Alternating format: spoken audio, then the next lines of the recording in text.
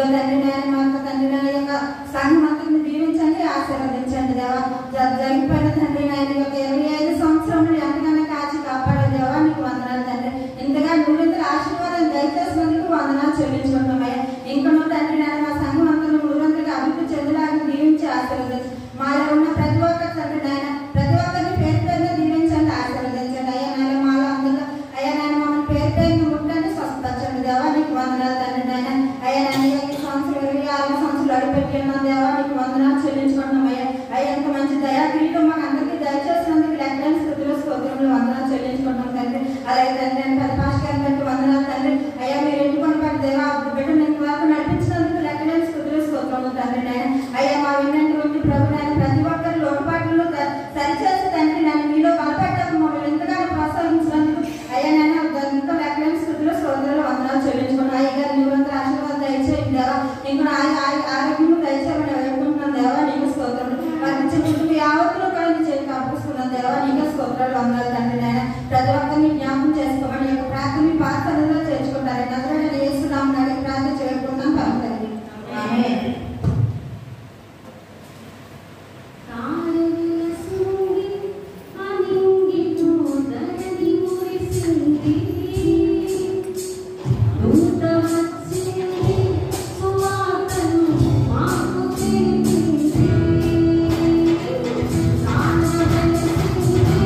I'm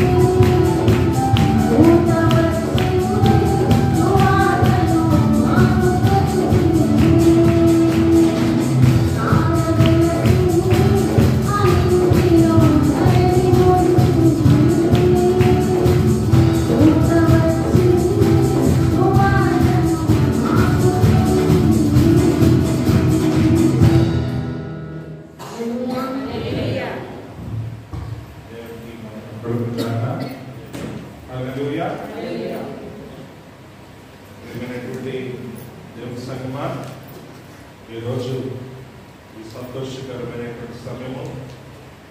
దేవుడు మన జీవితంలో చేసే ప్రతి కార్యాలు కూడా అద్భుతాలు, మర్చిపోలేని రీతిగా మధురమైన జ్ఞాపకాలుగా మన జీవితాల్లో ఆయన చేసిన ఏ కార్యమైనా సరే మనకు గుర్తుగా ఉంటుంది. ఈ 26వ వార్షికోత్సవంలో మనమందరము కూడా ఈ రీతిగా కలుసుకుని ప్రభువుని కనపరుచుకునేటటువంటి గొప్ప ధన్యత ఇది సంఘం అందరికీ కూడా గొప్ప మధురాన్ని పొంది గడిచిన 26 సంవత్సరాలు ఏ రీతిగా దేవుడు మనను సంఘములో ఏ స్థితిలో నడిపించాడు.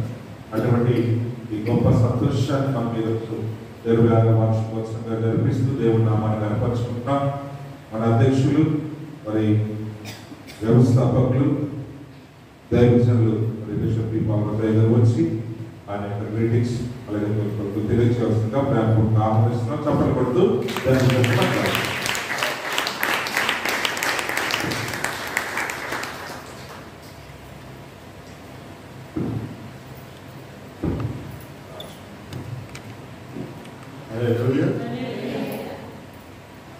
స్తోత్రం. ఈరోజు మనకి 26వ సంఘ వార్షికోత్సవం. సంవత్సరంలో గతించుచుండగా సమస్తము నూతనపరచబడుతూ ఉంటుంది అని దేవుని యొక్క వాక్యము చెబుతుంది. ఎందుకంటే బైబిల్లో అంతా కూడా సమయానుకూలంగా జరిగింది తప్ప ఏది కూడా ఇష్టానుసారంగా దేవుడు చేయలేదు. అలాగే రోజుకి 24 గంటలు పెట్టిన దేవుడు సూర్యుడు ఉదయమే కానీ సూర్యాస్తమే కానీ ఆయన పెట్టినటువంటి సమయానుకూలంగానే ఆయన నడుచుకుంటున్నాయి. ప్రకృతి అంతా కూడా అలాగే నడుచుకుంటారు. అన్యులైనటువంటి వారు కూడా ఎంతో శ్రద్ధతో వారు పూజించే దేవుడిని వారు పూజిస్తున్నారు. తెల్లవారుజాము 3 గంటలకే వెళ్ళాలి అని అంటే లేచి చన్నీటి స్నానం చేసి వెళ్ళి ఆరాధన చేసుకొని వస్తున్నటువంటి స్థితిని మనం చూస్తున్నాం. రోజు రోజుకి మరి ఈ భక్తి శ్రద్ధలు కనుక ప్రేరణ వల్ల యేసుక్రీస్తు బుద్ధిగల కన్యలు బుద్ధి లేని కన్యకులు అనేది ఒక ఉదాహరణ చెప్పారు. ఎవరైనా వచ్చే సమయానికి సిద్ధపడి ఉంటారో వారి పరలోక రాజ్యంలోకి వెళ్ళారు. సిద్ధపడి లేనటువంటి వారు వెనక్కి వెళ్ళారు. కనుక దేవుని యొక్క కార్యంలో మనం ఎప్పుడూ కూడా ముందుగా ఉండాలి. అది మీరు అలవర్చుకోవాలి. ఈ పండుగ కూడా నేను ఆదాయపడుతూ మీకు చెప్తున్నాను. 1996లో నాకు నయమాన్ గారు పరిచయం అయ్యారు. అప్పుడు శివాడిపురం సుధాకర్ గారిని తీసుకొచ్చి నేను పబ్లిక్ మీటింగ్స్ పెట్టాను. అప్పుడు నాకు పరిచయం అయ్యా, మీరు ఆంధ్రవేద సంఘ నిర్మాణం విషయంలో మీరు ఎంతో ప్రయాసపడి దాని నిర్మాణంలో మీరు చాలా కృషి చేశారు. అలాగే మాకు కూడా మీరు వచ్చి సంఘాన్ని స్థిరపరిచి దీన్ని అభివృద్ధి చేసి మాకు సహాయం చేయాల్సిందిగా కోరుతున్నాను. నయమాన్ గారు నన్ను కోరారు. మరి దేవుడు ఎందుకు చేశాడో ఆ శివాడిపురం గారు సుధాకర్ గారు మీటింగ్ జరుగుతున్న 2వ రోజే ఆయన యాక్సిడెంట్ అయ్యి చనిపోయాడు. అప్పుడు 97 జనవరి ఆఖరు వారు రాజన్ గారు, లలితం గారు, అపరమేశ్వరు వీరు మా ఇంటికి వచ్చారు. వచ్చి అయ్యా మాకు ఎవరు నడిపించేవారు లేరు కనుక మీరు మాకు వచ్చి సహాయం చేయాలి అని చెప్పి కోరినప్పుడు నేను వచ్చాను, టేకప్ చేశాను. అప్పుడు ఉన్నవారు అందరిలోనూ కూడా అప్పుడు ఒక అప్పలకొండమ్మ గారు మిగిలారు. మిగతా వారందరూ తర్వాత వచ్చినటువంటి వారే. యవనస్తుల్లో వేదలక్ష్మి, మోహను, సుధాకరు, జగ్గు అని మొదటి నుంచి ఉన్నటువంటి యవనస్తుల వాటి మన భాగంగా అనిత చెట్టుకో ఆమె చక్కగా సందేశం నడిపించేది, అన్ని చేసేది. ఆయన కూడా ఆయన నుంచి చేతికి ప్రయాసపడినటువంటి వ్యక్తి. మరి నేను వచ్చిన తర్వాత మన మణి ఆమె కూడా వచ్చి చక్కగా యాక్టివిటీలో భాగం. 97 ఫిబ్రవరిలో ఇక్కడ నేను వచ్చాను. సరే, సంఘాన్ని దీన్ని స్థిరపరచాలి, బలపరచాలి అనే ఉద్దేశంతో నేను కార్యక్రమాన్ని రూపొందించుకుంటూ ముందుకు పోతూ ఉన్నట్టుగా నాకు జీవజలాల నుంచి ఒక నిర్దేశం. మీరు ఒక సంఘాన్ని నడిపించడానికి సిద్ధపడి ఉన్నారని మాకు తెలిసిందండి. మీకు అభ్యంతరం లేకపోతే మిమ్మల్ని మాస్టర్గా మేము అభిషేకించాలని కోరుతున్నాం. మీకు ఇష్టమైతే తప్పకుండా మీరు రండి అని చెప్పి వారు ఆహ్వానం పంపించారు.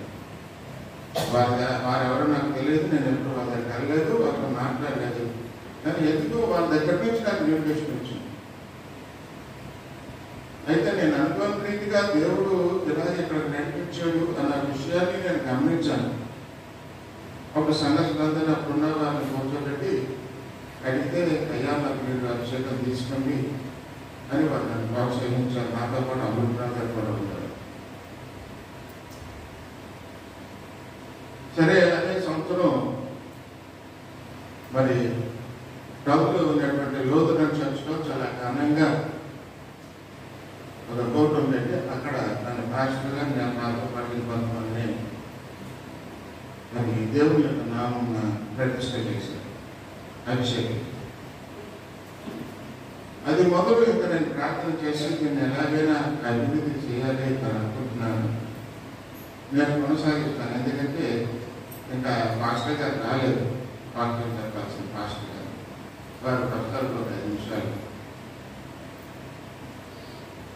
నేను ఎలా కొత్తగా అభిషేకం తీసుకున్న తర్వాత అందరితో బ్యాప్టిజం ఇవ్వడం మొదలుపెట్టాను. చాలామంది బ్యాప్టిజం ఇచ్చాను. అదే సమయంలో జయారాజు వీరందరూ కూడా మాకు చదువుకుంటూనే ఉండేవారు.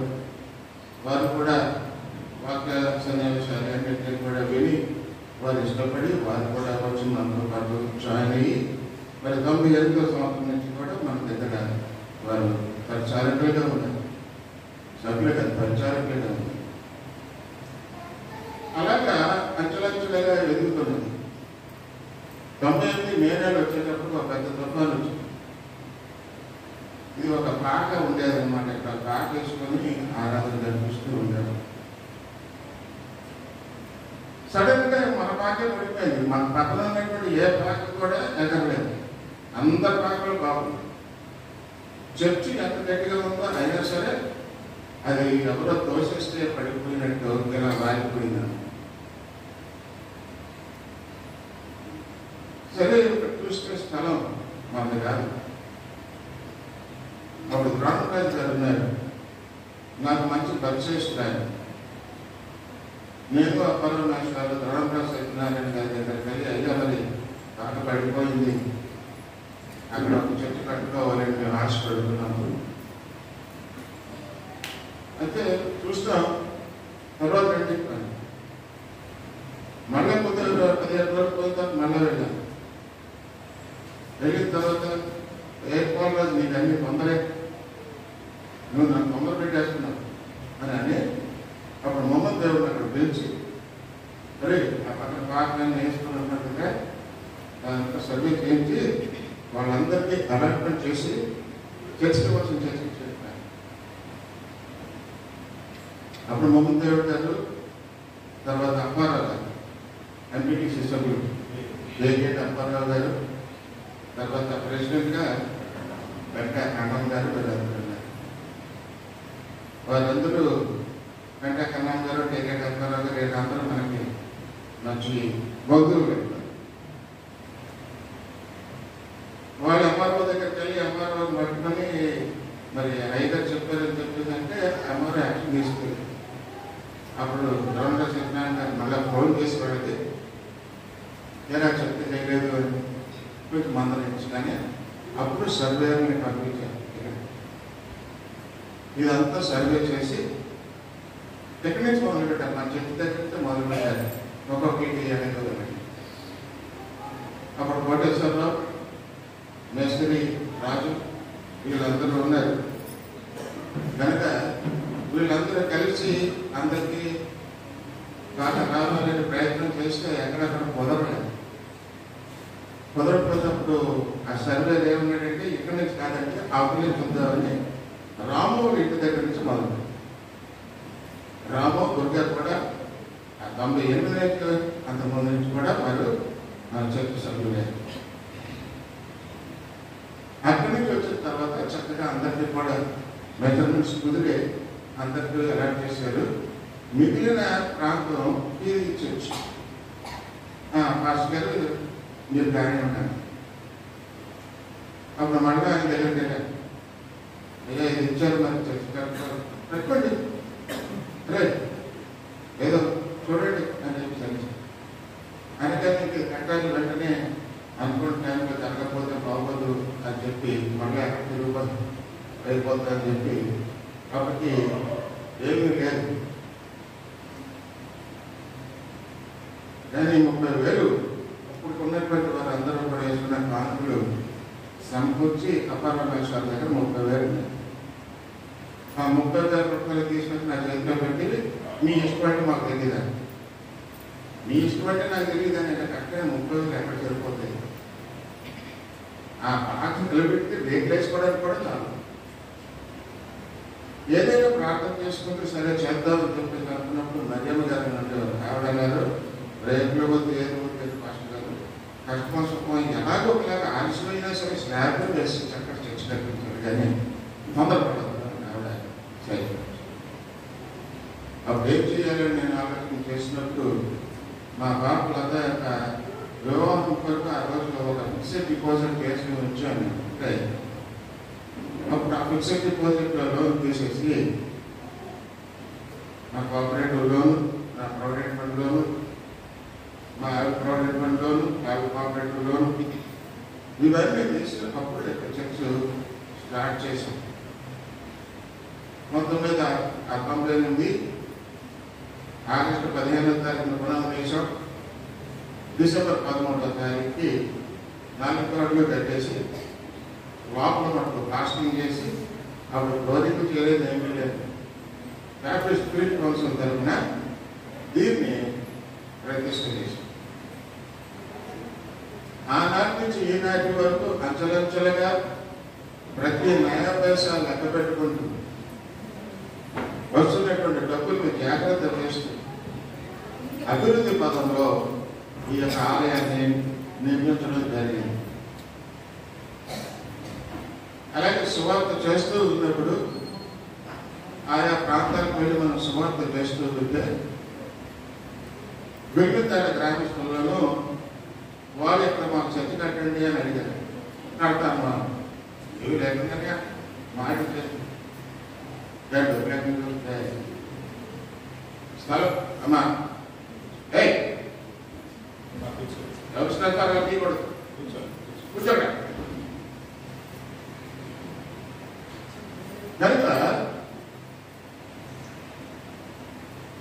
కనుక చేయాలనుకుంటే అప్పుడు అమృతరాజు రేవన్నారెడ్డి నేను డబ్బు ఇస్తాను స్థలం కొనండి అని అంటే ఆయన ఇచ్చాడు, డబ్బులు ఇచ్చాడు, ఆయన అదే డబ్బులు కాదు. అప్పుడు ఆ గురువు స్థలం కొని నా పేరు నాది తీసుకొచ్చాడు.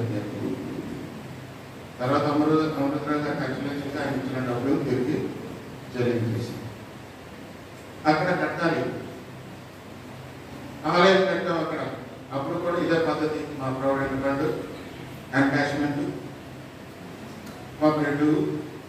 మా ఆవిడ నాకు ఆవిడకి కొంచెం బాధ అయినా నేను చెప్పిన మాట కాదనేది కాదు. కొంచెం చిరాకు పడేది ఏంటంటే మీరు డబ్బులన్నీ ఎలా తీసేస్తున్నారు, పిల్లల కదా ఇది కూడా తీసేసారు అని చెప్పి సంచులు ఉంటే దేవుడే చూసుకుంటాడు. అలాగే ఆలయ నిర్మాణం చేసేసి అక్కడ జీవించాడు అయిపోయింది. తర్వాత ముచ్చర్ల అక్కడ కూడా ఆలయం కట్టాలి లేచి కొనుక్కున్నాం. ఒక 2004లో నేను రిటైర్ అయ్యాను కనుక నాకు వచ్చినటువంటి డబ్బులతో అక్కడ ఆలయం కట్టడం జరిగింది. రేపు ఇవన్నీ మీకు ఎందుకు చెప్తున్నానంటే, ఎంత ప్రయాసపడితే మనం ఇవన్నీ చేయగలిగాం. మీ అందరి సహకారం లేకుండా చేశారని నేను చెప్తాను. మీరందరూ ఇచ్చింది కూడా జాగ్రత్తగా పైసా అప్పటి నుంచి ఇప్పటి వరకు ఉన్న అకౌంట్ బుక్స్ నా దగ్గర ఉన్నాయి. మీరు వచ్చి ఎప్పుడైనా చూసుకోవచ్చు. 98 నుంచి ఉన్నటువంటి అకౌంట్ బుక్స్ నా దగ్గర ఉన్నాయి. ఎవరు అందించారో, ఎవరు ఎలక్టించారో అవన్నీ వివరాలు కూడా కనుక ప్రేమైనటువంటి వాళ్ళగా మనము సమర్పణ కలిగి చేస్తున్నప్పుడు దేవుడు ఆమె అనేటటువంటి దేవుడు. నేను చెప్తున్నాను, చేయగలిగే వాళ్ళనైతే చేయించేవాడు సమస్తము జరిగిస్తాడు. లేనిలో కూడా అది ఎలా కలుగు చేస్తాడు అనేది నా యొక్క పర్సనల్గా నేను ఎక్స్పీరియన్స్లో నేను చూశాను. అలాగే కొత్తూరులో కూడా జ్యోతి మరి అక్కడ స్థలము మా సంతోష్ పేరన్న రాసింది. ఇక్కడ చర్చ కట్టాలి, కడతాను అన్న. అదే 2004లో రిటైర్ అయినటువంటి డబ్బులతో వాలంటరీ రిటైర్మెంట్ తీసుకున్నాను. మొత్తం 11 సంవత్సరాల సర్వీస్ వదిలిపెట్టేశాను. ఆ వాలంటరీ రిటైర్మెంట్ ద్వారా వచ్చినటువంటి డబ్బులతో అక్కడ ఆలయం కట్టడం జరిగింది. అది 2011లో చూసి ఆ చర్చ కట్టడం. ఈనాడు ప్రతి ఆలయం కూడా సుందరమైన ఆలయం. ఇది మేడ మీద కట్టాలి అని ఆశతో మేడ మీద ప్రారంభించి 8 సంవత్సరాలు కట్టాం. ఈ మేడ మీద చర్చ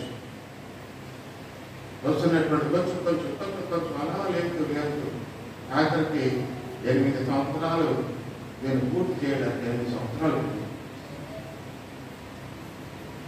ప్రేమ సంఘం అభివృద్ధి బిల్డింగ్ మీద లేదు. ఎంత చేసిన విశాఖపట్నం వీడి కౌన్సిల్లో ఉన్నామండి, లేకపోతే ప్రతి కోస్టల్ ఏరియాలోనే ఉన్నామండి. ఉన్నటువంటి సంఘాలన్నింటిలో కూడా మన చర్చికి ఎప్పుడూ కూడా మేము చనిపోయి తీసుకురాలి. మన చర్చికి మంచి గుర్తింపే తీసుకోవచ్చు. ఎక్కడికి వెళ్ళినా మన గుర్తింపు. ఎందుకు గుర్తింపు ఉంది అని అంటే, చిత్తశుద్ధితో మనం అందరితో పాటు కలిసి ఉన్నాం, పాల్గొని మనం చేయాల్సిన పనులన్నీ కూడా మనము చేసాం కనుక అందరి అభిమానాన్ని కూడా మనము సంపాదించుకోగలిగాం. కానీ సంపాదించుకున్నాం, కానీ చర్చిలో అది ఫలించిందా అని అంటే నేను అసలు సాక్ష్యం చెప్పలేకపోతున్నాను. ఫలించింది అన్న మాట నేను చెప్పలేకపోతున్నాను. ఎందుకు చెప్పలేకపోతున్నానంటే, అంచెలంచెలుగా నెంబర్ పెరిగింది. అందరూ బ్యాప్టిజం తీసుకున్నారు, నా దగ్గర బ్యాప్టిజం తీసుకున్నారు, చర్చ సభ్యులుగా తయారు నాకు చెప్పిన మాట పెరిగింది. మరి అలా అందరినీ కూడా దేవుడు ఇచ్చినటువంటి వారే. మీరు చాలా మంది నా దగ్గర బ్యాప్టిజం తీసుకునేవారు. ఇంట్లో అందులే మన చర్చలో ఎక్కువగా ఉన్నవారు అందులే. పుట్టు క్రైస్తవులు చాలా తక్కువ, 1-2 కుటుంబాలు ఉన్నాయండి.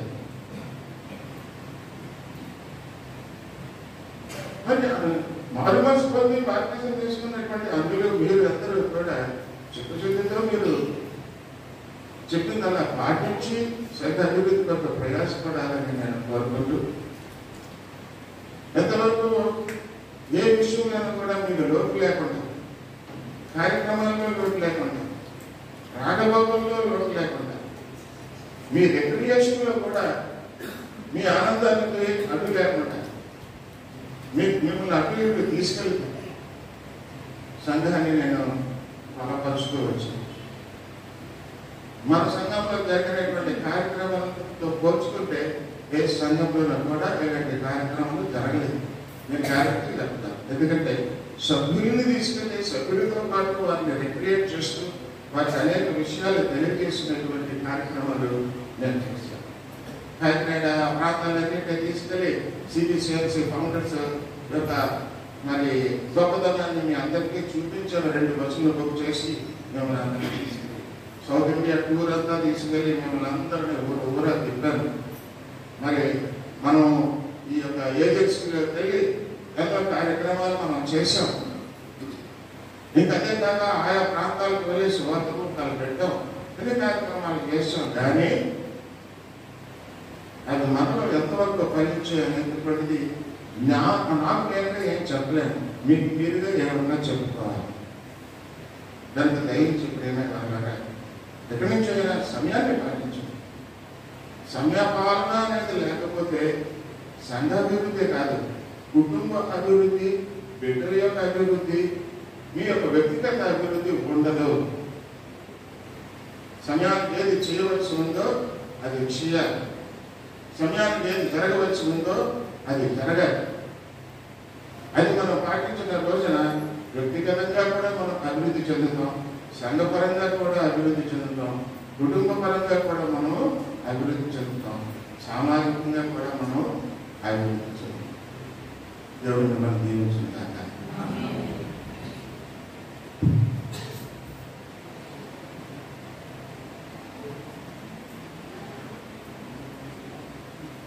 దేవునికి భయం కలుగుగాక. లేటాకులు వస్తానన్నారు, ఎందుకని మన కార్యక్రమాలు మనం కొనసాగించుకుని ఈ సమయానుకూలంగా ఈ యొక్క మరి ఈ వార్షికోత్సవాన్ని మనం సమయానికి ముగించుకుంటాం. దేవునికి స్తోత్రం కలుగుగాక. మనందరం కలిసి యవనస్తులు మరి సమయంలో అందరికి వచ్చినటువంటి మాట సంగమంతా కూడా కలిసి మనం అక్కడ పాట పాడుకుంటూ ప్రభువుని కనపరుచుకున్నాం.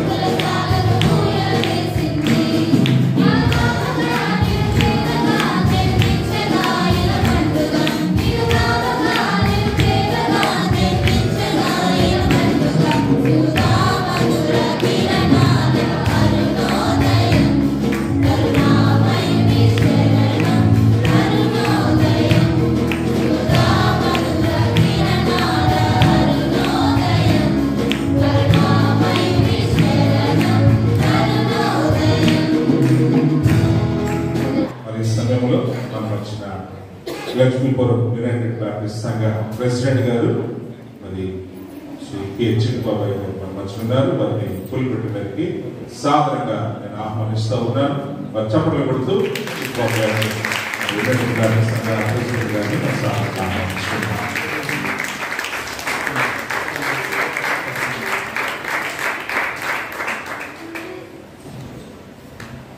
అలాగే ఈరోజు ఈ యొక్క శుభ సమయంలో 26వ వార్షికోత్సవం మరి దేవుడు మన జీవితాల్లో మన సంఘంలో ఆయన చేసిన మహోన్నతమైన కార్యాలను బట్టి ఆయన ఎంతకైనా నమ్మదగిన దేవుడు. అలాగే మన నమ్మకత్వాన్ని కూడా మనం అంతే ఆయన సన్నిధిలో చూపించుకోవాలి. మనల్ని ఈ 26వ వార్షికోత్సవంలో దేవుని వాక్యం ద్వారా పాల్పరచుటకు మరి విశాఖపట్నం ప్రాంతంలో మరి కొరకు మెరుగైనటువంటి సంఘ మరి గురువులు మా మరి పెద్దలు డాక్టర్ మరి గోపాల శ్రీవన్ పిట్రాయి గారిని కూడా సాదరంగా పులిపెట్టి మీద ఆహ్వానిస్తూ ఉంటుండగా సంపర్కులకు ఆహ్వానిస్తున్నాం.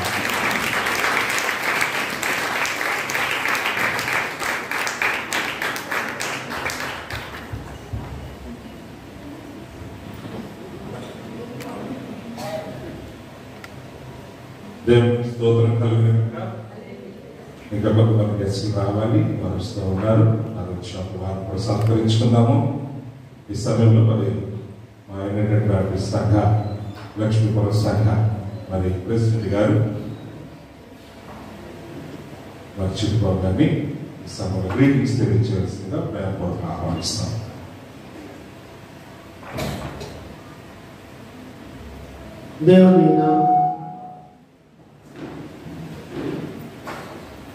దేవుని నామానికి స్తుతి కలుగునుగాక. హల్లెలూయా హల్లెలూయా హల్లెలూయా. ప్రభునందు ప్రియులారా,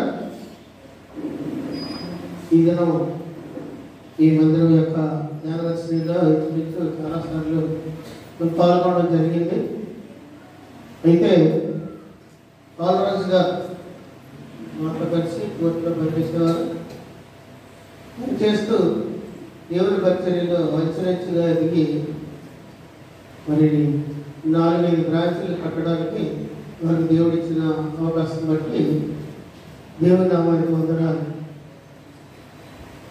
ఆయన కృషి ప్రతి ఏదైనా కార్యక్రమాన్ని తలపెట్టారంటే అది కంపల్సరిగా తీరాలని ఆయన ఆలోచన విధానం. అంతేకాకుండా మంచి కుమారులు దేవుడు అనుగ్రహించిన బహుమానంగా వారు ఎంతగానో దేవుని పరిచర్యలో కొనసాగుతున్నారు. ఈ మందిరం ఇలా కట్టబడిందంటే ప్రతి మందిరం కూడా, మా మందిరం కూడా 1950లో ఒక పాక వేశారు. వారం అంతా స్కూల్కి ఇచ్చామండి. వారం అంతా స్కూల్ జరిగేది. శనివారం నాడు మళ్ళీ ప్యాడ్ తీసుకొచ్చి, నేను చిన్నప్పుడు ప్యాడ్ తీసుకొచ్చి ఇస్తే వారానికి ఒక ఆడవాళ్ళు కుటుంబం అరిగేవారు. సోమవారం అయిపోయిన వెళ్ళి సోమవారం వచ్చి స్కూల్.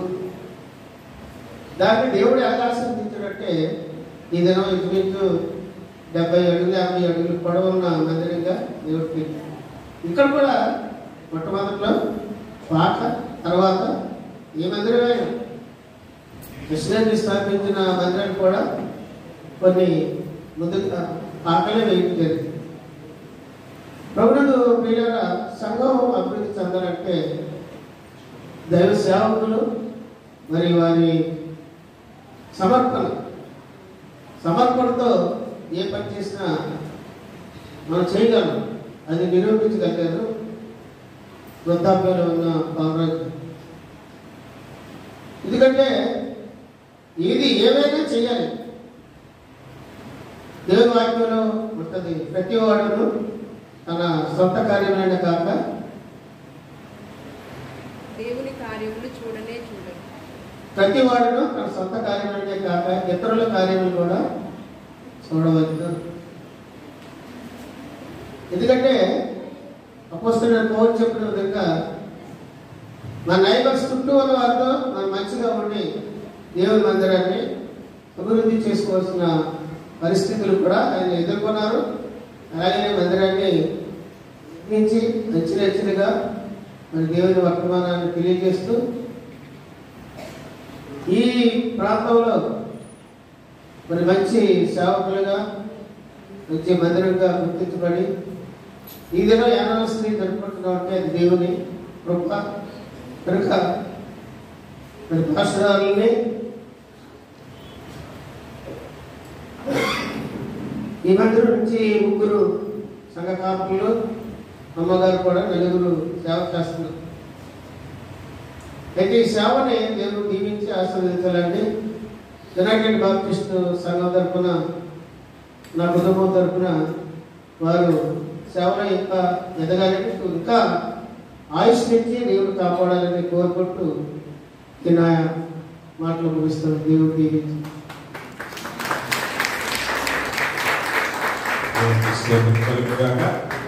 మరి ఈ ప్రాంతం వచ్చిన దగ్గర నుంచి కూడా మరి ఆంధ్ర బాప్టిస్ట్ సంఘం శాంతినగరమైన కాదు, కానీ మరి ఇక్కడ సంఘం ప్రారంభించబడిన సమయం నుంచి కూడా మరి లక్ష్మీపురం అనేటువంటి సంఘం ఎప్పుడు కూడా మనతోనే మరి సహవాసంలో పాల్గొంపులు పంచుకోవడం అనేది అనాథకాలంగా దేవుడు మనకు ఇచ్చినటువంటి ఒక గొప్ప ఆత్మీయ అనుభవం. దేవునికి మహిమ కలిగిన గాక. మరి ఈరోజు ప్రత్యేకమైన అతిథిగా మరి స్థానిక బాప్టిస్ట్ సంఘం గోపాలపట్నంలో బాప్టిస్ట్ సంఘం కాపరి గారిని, మరి దేవుడి గారి నేతాజీ గారిని మరి నేను ఆహ్వానించున్నాను. మరి వారి యొక్క అధ్యక్షుడు వారిని కూడా, సంఘ అధ్యక్షుడు వారిని కూడా నేను ఆహ్వానించున్నాను. అయితే మరి ఈ సమయంలో మరి మన యొక్క Gopalapatnam police station back side Baptist సంఘ కాపరి గారు, దేవుడి నేతాజీ మాస్టర్ గారిని కూడా మరి పులిపెట్టి గారి సాధనగా ఆహ్వానిస్తుండగా మరి మనందరం కూడా చప్పట్లు కొడుతూ దాన్ని మనం గౌరవించుకున్నాము.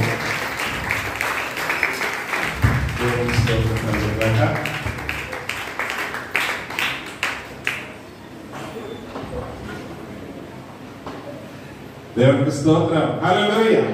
మన రమేష్ మాస్టర్ గారు వచ్చారు, మా సహోదరులు. అయ్యగారు వందనాలు. రైట్. దేవునికి కృప. మరి స్టీవెన్ పాస్టర్ గారితో కూడా వచ్చినటువంటి పెద్దలు కూడా హృదయపూర్వకంగా తెలియజేస్తా ఉన్నా. అందరూ కూడా లేచి నిలబడదాము. పాఠ్య పుస్తకం నుంచి ఆంధ్ర క్రైస్తవ ప్రేమితలు దయచేసి రమేష్ పాస్టర్ గారు ముందుకు రావాలని.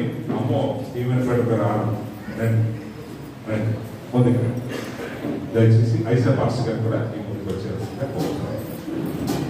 మనందరం కలిసి 129వ పాట, ఈ పాట మనందరూ కూడా కలిసి పాడుకుందాం. యువనస్తులు మరి ముందుకు రావాల్సిందిగా కోరుతున్నాను. త్వరగా Oh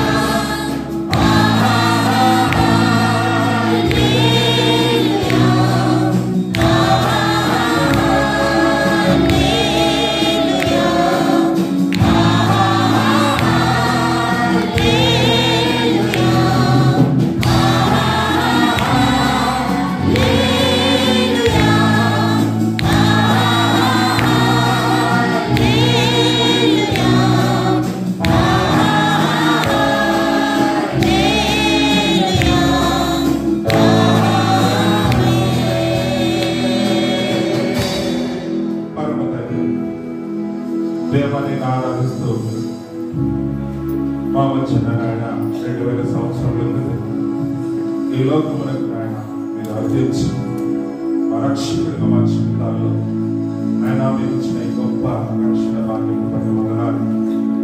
ఇదిగో నాయన ఈ దాసుల అంశం దేవా మమ్మల్ని ఎంతగానో ఆత్మీయంగా బలపరిచి ఈరోజు ప్రభు నీ సభలు నిలబడ్డారు. నేను ప్రకటించి రోషం కలిగినటువంటి నాయన నీ కుమారుని మీరు వాడుతున్నారు.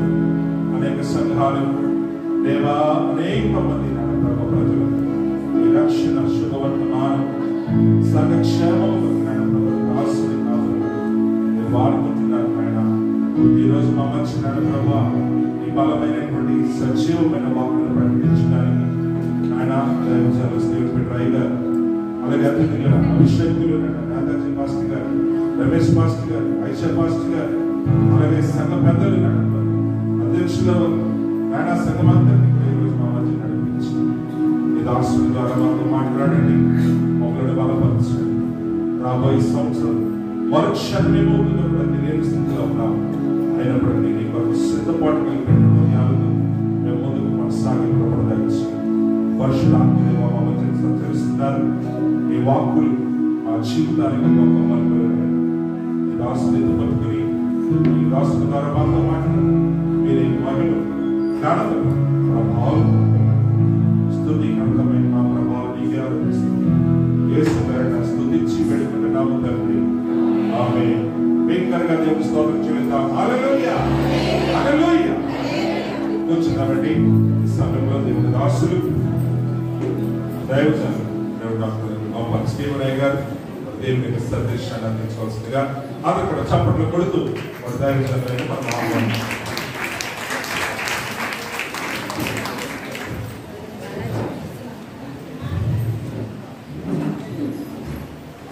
సాయంకాలపు ఈ యొక్క వార్షికోత్సవ కూడికలు అధ్యక్షత వహిస్తున్నాం. సంతోషము. అలాగే ఈ సంఘ ఫౌండర్ పెద్దలు మా అన్నయ్య పాల్గొని గారికి అత్యంత ప్రియమైన కాపలు ఉన్నారు, పెద్దలు ఉన్నారు. వారందరికీ ప్రభు యేసుక్రీస్తునామములో శుభాలు తెలియజేస్తున్నాం. అలాగే సంఘమందరికీ దిస్ అవుట్ సైడ్ యానివర్సరీ శుభాకాంక్షలు మీ అందరికీ. దేవుడికి సంవత్సరాలు ఆయన నమ్మకంగా ఉండి నడిపించిన విధానాన్ని బట్టి దేవుడికి స్తుతులు చెల్లిస్తున్నాం. దేవుని వాక్యాన్ని మరి నాకు మీ వాచ్ 8:25 చూపిస్తుంది. నేను ఎంతవరకు మాట్లాడచ్చు?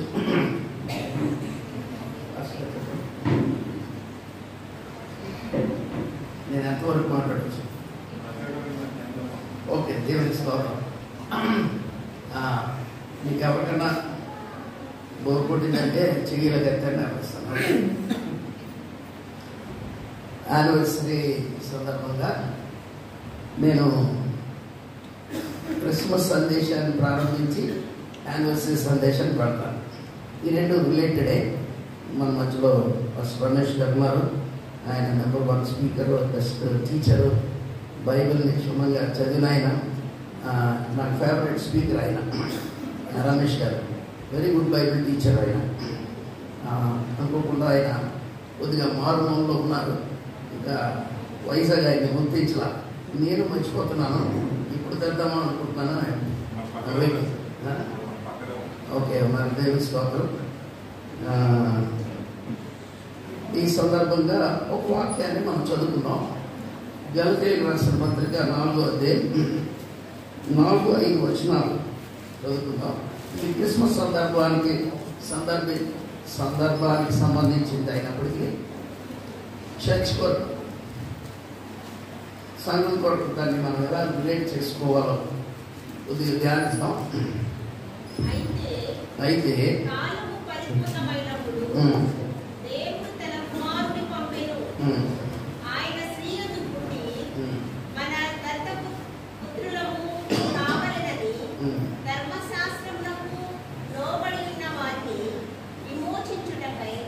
ధర్మశాస్త్రములకు లోబడిన వాడాయను మరియు మీరు కుమారులై ఉన్నందున నాయనా తండ్రి అని మొరపెట్టు తన కుమారుని ఆత్మను దేవుడు మన హృదయ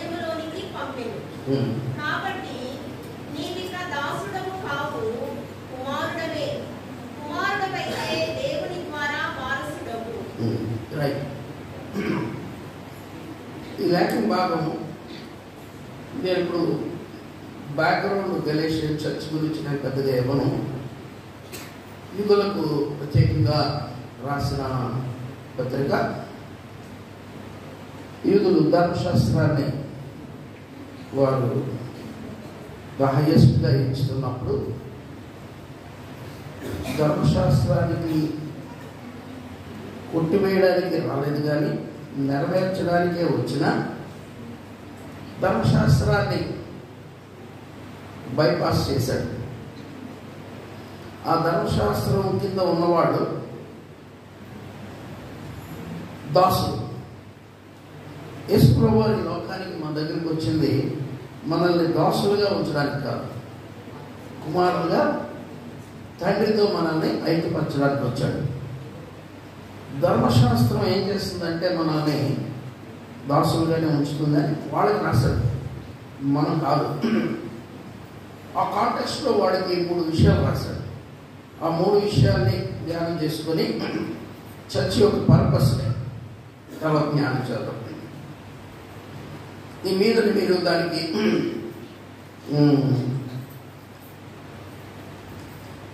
దీని గురించి కొద్దిగా చదవాలంటే 23వ వచనం నుంచి ఒకసారి చదువు.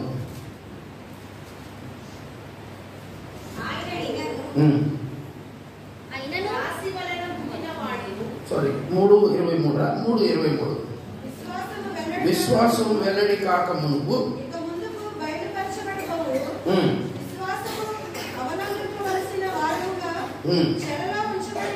చెరలో ఉంచబడినట్టు మైతిమి.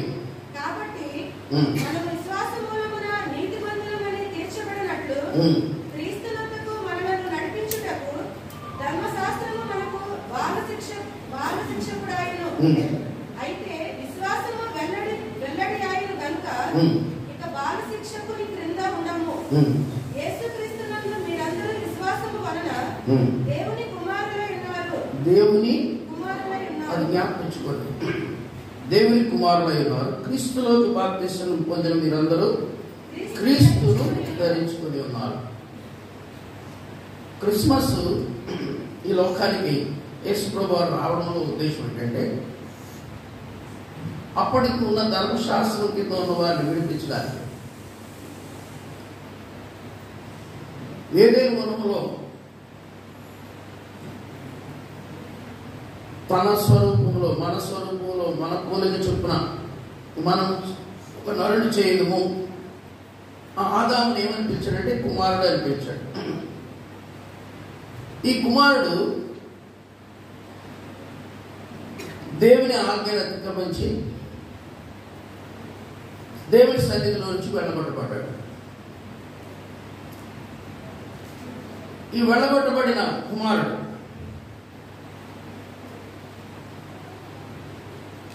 దేవునితో సంబంధాన్ని పోగొట్టుకోలేదు, కానీ సహవాసాన్ని పోగొట్టుకున్నాడు. జ్ఞాపకించుకోడు. తప్పిపోయిన కుమారుడు యేసు ప్రభువు అలా చెప్పినప్పుడు తండ్రి నుంచి వెళ్ళిపోయిన వ్యక్తి సంబంధం పోలా, సహవాసంలోంచి వెళ్ళిపోయాడు. వెళ్ళిపోయిన వ్యక్తి ఏమయ్యాడు? ఒకరికి దాసుడయ్యాడు. అతడు ఎవరు? ఒక యజమానునికి, ధనవంతునికి కుమారుడు. దాసుడైపోయిన ఈ మానవుడిని మరలా తండ్రి దగ్గరికి తీసుకొచ్చి ఆ కుమారత్వాన్ని ఇవ్వడానికి యేసు ప్రభువుని లోకానికి పంపించాడు. That is Christmas. ఇది మర్చిపోవద్దు. ఆ కాంటెక్స్ట్లో చర్చ్ ఎందుకు ఉంది అన్నదాన్ని తర్వాత చెప్తాను. ఇప్పుడు ఇక్కడ 3 విషయాలు ఉన్నాయి. ఒకటి, కాలం సంపూర్ణమైనప్పుడు 5వ వచనంలో ఆయన స్త్రీ యందు పుట్టి మనల్ని దత్తపుత్రులుగా కావాలని ధర్మశాస్త్రం లోబడి ఉన్న వారిని విమోచించుటకై ధర్మశాస్త్రంలో లోబడిన వాడైన. ఇది మీకు చదవడానికి చాలా ఈజీగా ఉంది. ఇది ఒక పెద్ద థియలాజికల్ సబ్జెక్ట్. ధర్మశాస్త్రములోనికి లోబడిన వారిని విమోచించుటకు యేసు ప్రభువు వారు ధర్మశాస్త్రానికి లోబడ్డాడు. ఒక విషయం మాకు జ్ఞాపకం ఉంచుకోండి, కొన్ని అండర్స్టాండింగ్ చెప్తాం. యేసు ప్రభు నరులలో నుండి దేవుడు అవలా, దేవుడు నరుడయ్యాడు. ఇదో జ్ఞాపకం ఉంచుకోండి. ఏంటి? నరులలో నుండి ఆయన దేవుడు స్వరూపం. అబ్బో ఈయన దేవుడు అండి, దేవుడు లాంటి మనిషి అంటే ఆయన కార్యాలను బట్టి అవలా. దేవుడు నరుడుగా ఈ లోకానికి వచ్చాడు. ఫిలిప్పీయులకు రాసిన పత్రిక 2వ అధ్యాయం 5వ వచనంలో అంటాడు కదా, ఆయన పరలోకమును విడిచిపెట్టకూడని భాగ్యం ఎంచుకోలేదు, కానీ దాసుని రూపం దాల్చి తను తాను రిక్తునిగా చేసుకున్నాడు. ఎంతవరకు అంటే ఎక్స్టెంట్కి వెళ్ళాడు. ఎంతవరకు రిక్తునిగా చేసుకున్నాడు? మరణం పొందినందుకు, అనగా అంత వరస్ట్ లీస్ట్ మరణం శిలువ మరణం పొందినందుగా తను తాను తగ్గించుకున్నాడు. తగ్గించుకున్నాడు అనే పదం తెలుగులో ఉంటుంది, కానీ ఇంగ్లీష్లో అనేటువంటి ఎంప్టీడ్ హిమ్సెల్ఫ్ అని ఉంటుంది. ఈ ఎంప్టీడ్ హిమ్సెల్ఫ్ అంటే ఆయన అన్నీ ఉన్నాయి, దైవత్వానికి సంబంధించిన సమస్యలు ఉన్నాయి. ఎలాగంటే యేసు ప్రభు వారిని పట్టుకున్నప్పుడు వాళ్ళందరూ దొమ్మిగా వచ్చినప్పుడు పేతురు కత్తి తీసినప్పుడు అప్పుడు పేతురుతో మాట్లాడండి, నేను మాట్లాడితే దేవుడు పరలోక సైన్యాన్ని పంపించడా? ఐ హ్యావ్ ఎవ్రీ కెపాసిటీ ఉంది. ఈయనల్లా సాధారణ అన్నాడు. ఏమన్నాడు? ఈ రాడు నువ్వు రొట్టెలుగా ఏదో నువ్వు చేయగలవు, చేసుకొని తిన్నా అన్నాడు. నువ్వు మీరు దేవాలయం చూస్తే దేవదూతలు మీ అసిస్టెంట్లు ఉన్నారు, వచ్చి పట్టుకుంటారు. You have that privilege of son. దేవుడు కుమారుడు అనే ప్రివిలేజ్ నీ ముందు పట్టుకుంటారు గెంటు అన్నాడు. ఆ మెరుగులు చూస్తే లోకమంతా నేను నమ్మేస్తుంది అన్నాడు కదా. కాబట్టి హీ హాజ్ ఎవ్రీథింగ్, బట్ ఈ ఎంప్టీడ్ సార్. ఆయన ఎందుకు వదిలేసి వచ్చాడు? ఎందుకు వచ్చాడు అని అంటే, దాసుల రూపం ఎందుకు వచ్చాడంటే, మనం దాసులం అయిపోయిన మనల్ని, దాస్యములో ఉన్న మనల్ని ఆయన కుమారులుగా తీసుకురావడానికి. మళ్ళా ఈయన కుమారత్వం అనేది ఎలాంటిదో చూపించి ఈయన ద్వారా మళ్ళా తండ్రితో ఐక్యపరచడానికి. అందుకే పౌలు అంటాడు, మా పరిచయం ఏంటంటే, మా పరిచయం ఏంటి? To reconcile with the father. సమాధానపరచడానికి. దేవుని నుంచి దూరం అయిపోయి దేవుని సన్నిధి నుంచి వెళ్ళగొట్టబడిన మానవుడు లేక కుమారుడు తండ్రి నుంచి దూరం అయిపోయిన వ్యక్తిని మళ్ళా తండ్రితో సమాధానపరచడానికి, రికన్సిలియేషన్, విడిపోయిన బంధాన్ని మళ్ళా సమకూర్చడానికి యేసు ప్రభు వారి మధ్యవర్తిగా ఈ లోకానికి వచ్చాడు. అందుకే తిమోతికి రాసిన పత్రిక 2వ అధ్యాయం 5వ వచనం అన్నాడు, దేవుడు ఒక్కడే, దేవునికి నరులకు మధ్యవర్తి ఒకడే, ఆయనే క్రీస్తు యేసు అను నరుడు. యేసు క్రీస్తు అనే నరుడు కాదు, క్రీస్తు యేసు అను నరుడు. ఈ రెండింటికి చాలా తేడా ఉందండో జ్ఞాపకం. క్రీస్తు యేసు. ఇప్పుడు ఆయన మొదటిది విమోచించడానికి వచ్చాడు. రెండోది నాయన మరియు కుమారుడు ఉన్నందున నాయన తండ్రి అని మొదలుపెట్టి తన కుమారుని ఆత్మను దేవుడు మన హృదయాలు. రెండోది విమోచించి, దాసత్వం నుంచి విమోచించి మళ్ళా కుమారత్వాన్ని ఇవ్వడానికి. ఏమి ఇవ్వడానికి? కుమారత్వాన్ని, పోగొట్టుకున్న కుమారత్వాన్ని. అది ఎలా వస్తుంది అని అంటే రోమిలకు రాసిన పత్రిక 8వ అధ్యాయం మనం చూస్తాం. దత్తపుత్రాత్మ త్రూ హోలీ స్పిరిట్ ఆయన మనల్ని, ఆయనకి మళ్ళా కుమారత్వాన్ని దయచేస్తాడు. మూడోది, ఈ కుమారత్వాన్ని దయచేసిన తర్వాత ప్రకటన గ్రంథంలో జయించు వారికి దేవుని సన్నిధిలో ఉన్న జీవవృక్ష ఫలాన్ని భుజింపనిస్తాడు. అంటే నువ్వు పోగొట్టుకున్న ఆశీర్వాదాలన్నీ నీకు ఇస్తాడు, వారసత్వాన్ని ఇస్తాడు. అందుకనే మూడోది ఏమన్నాడంటే, కుమారుడు అయితే దేవుని ద్వారా వారసులై ఉన్నాం. This is Christmas. యేసు ప్రభు వారి లోకానికి కాలం సంపూర్ణమైనప్పుడు వచ్చిన పని ఆయన చేసింది ఏంటంటే విమోచన. మొదటిది అంటే ధర్మశాస్త్రం కింద ఉండి దాసుడు అయిపోయావు. ధర్మశాస్త్రం కింద దాసుడువే కాదు, పాపానికి దాసుడయ్యో, మరణానికి దాసుడయ్యో. అందుకే ఎఫెసీయులకు రాసిన పత్రిక 2వ అధ్యాయంలో అంటాడు, ఆయన రక్తమాంసములు కలిగి లోకానికి రావడానికి కారణం ఏంటంటే జీవితకాలం అంతయు మరణమును దాస్యము చేత, మరణమును భయము వలన, చూడండి 15వ వచనం, 2వ అధ్యాయం 15, ఫిబ్రవరి 2:15, 14-15 చదువు. కాబట్టి ఆ పిల్లలు రక్త మాంసం గలవారైన అనగా అపవాది మరణము ద్వారా నశింపు చేయటకును జీవితకాలం అంతయు మరణ భయము చేత నాశనములకు లోబడిన వారిని విడిపించుటకును ఆయన కూడా రక్త మాంసములో పాలువాడయ్యాడు. మరణం అనే భయం ఈరోజు ప్రపంచంలో బాగా డబ్బులు చేసుకునేవాడు ఎవరు? ఈజీగా డబ్బులు చేసుకునేవాడు ఎవరు తెలుసు ప్రపంచంలో? ఈజీగా భవిష్యత్ చెప్పేవాడు. అది ఏమంటారు? సార్సరర్స్. భవిష్యత్ జ్ఞానుల ఏదో అంటారు కదా, జ్యోతిష్కులు. ఈజీగా డబ్బులు సంపాదిస్తారు. వాళ్ళు జ్యోతిష్కులు సంపాదించేవారు పాత రోజుల్లో. ఇప్పుడు క్రైస్తవ జ్యోతిష్కులు ఉన్నారు, ప్రాఫిట్స్, ప్రాఫిటెసెస్. ఈజీ డబ్బులు వచ్చింది ఎవరికి? పాస్టర్ అంటే ప్రార్థనమ్మలకి. మన ఊళ్ళో శాంతమ్మ అని కాదు, వాళ్ళ అబ్బాయి ఆడ కొడుచుకుంటారు. అలాగే ప్రార్థన జనాలు అందరినీ దోచుకొని ఏసీ గుళ్ళు కట్టుకొని తనుకుంటున్నారు. ఆస్తి ఎక్కువైంది, వీడియోలు ఎక్కుంటున్నారు. వీళ్ళంతా సార్సరర్స్. వీళ్ళంతా ఎవరంటే వాళ్ళు ఏమంటారు? సార్సరర్స్ అంటే వాళ్ళు ఏమంటారు? కర్మపిశాచి మీడియమ్స్. వాళ్ళు మీడియమ్స్. No medium. మనది Protestant church. Martin Luther protest చేసిన ప్రొటెస్ట్ లో ముఖ్యమైన భాగం ఏంటంటే God is personal, not impersonal. అంటే దేవుని తండ్రి, you can directly go to him, no mediators. ఆ కాంటెక్స్ట్ వాడండి. దానికి నేను చెప్పాను 2 తిమోతి 2వ అధ్యాయం, 1 తిమోతి 2వ అధ్యాయం 5వ వచనం. దేవుడు ఒకడే, దేవునికి మనలకు మధ్యవర్తి ఒకడే, ఆయన యేసుక్రీస్తు అన్నాడు. నువ్వు ఇంకోటి ద్వారా అనకూడదు. బ్రోకర్ వాళ్ళంతా మీకు జ్ఞాపకం ఉంచుకోండి. దేవుడితో నీకు డైరెక్ట్ లింక్ ఉంటే యేసుప్రభు వారు ఏమన్నారంటే 6వ అధ్యాయంలో, మీరు ప్రార్థన చేయనప్పుడు మీరు తలాంటుకొని నీ గదిలోకి వెళ్ళి ప్రార్థన చేయి, నీ పరలోకమందు చూసి తండ్రి నీకు ప్రతిఫలం ఇస్తాడు. ఇంకొకటి గురించి రాశాడు, నిలువు టంకీలు ధరించుకొని వీధి మూలంలో నిలబడి దీర్ఘ ప్రార్థన చేస్తారు, వారి ఫలము వారి పొంది ఉన్నారు అన్నాడు. జాగ్రత్తన్నాడు. ఈ దీర్ఘ ప్రార్థన చేసిన వాళ్ళు మీ పేరు ఉండొచ్చు, మీకు అర్థమైనా? మీ పేరు ఉండొచ్చు. వారి ఫలము వారి పొంది ఉన్నారంటే ఈ ప్రార్థన ఫలం కాదు.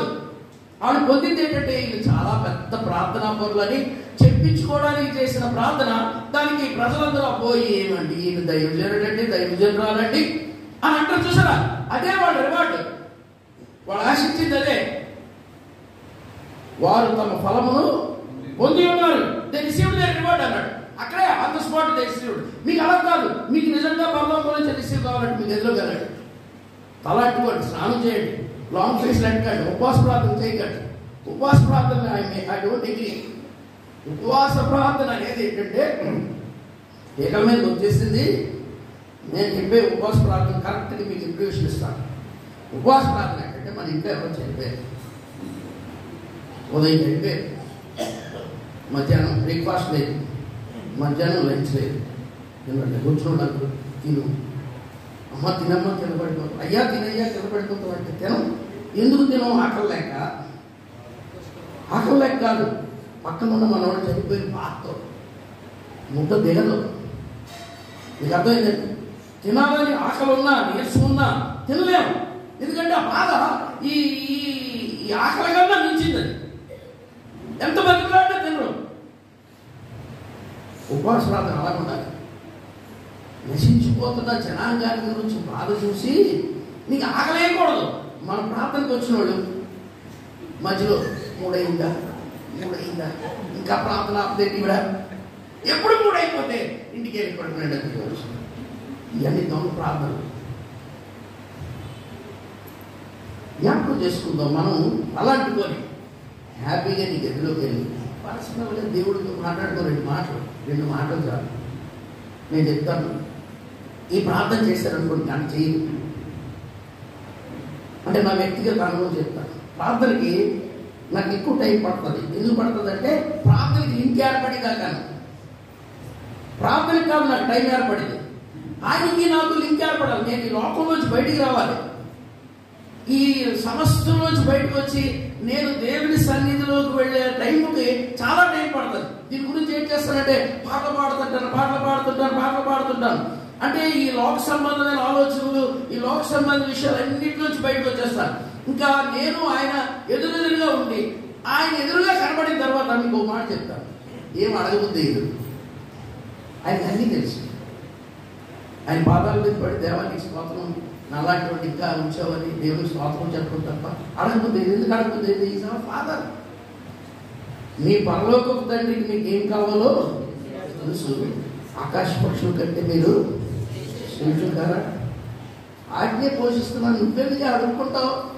మన తండ్రి దగ్గర మనం అడుక్కునేవాడు కాదు. ఇంకో విషయం చెప్తాను, ఏ కుమారుడు తండ్రి దగ్గర అడుక్కునేవాడు కాదు. As every right. మా అమ్మాయి దగ్గర ఉన్నాడు, డాడీ పరసీయండి అంటాడు. పరసీయండి అంటారు కానీ డాడీ డబ్బులు ఇస్తారా అంటారు. అని పర్స్ తీసుకుంటే మా ఆవిడ ఎంత తీసుకున్నారు తెలుసా మీకు అంటుంటుంది. ఎంతో కొంత తీసుకున్నారు వాళ్ళు అంటారు. They have every right. You are not beggar. అయితే ఈ రిలేషన్షిప్ రావాలి. వందల పొట్టు తింటున్నాడు. ఎందుకు?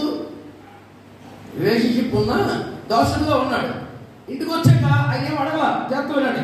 పందుల పొట్టు తినడానికి పంది ఒప్పుకోలేదు కానీ నాన్నగారు అన్నాడు పందిని పోయండి, ఎద్దులు పోయండి, నీ భోజనం వండుకొని పెట్టండి అన్నాడు. నేను అడిగాడా?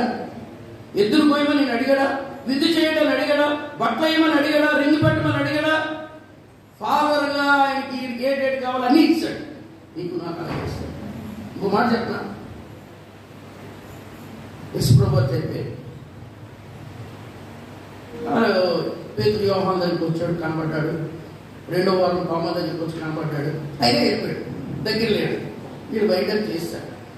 పేతురు అన్నాడు, మన పని అయిపోయింది ఇంకా లేక ఫిష్ అన్నాడు. ఏమన్నాడు?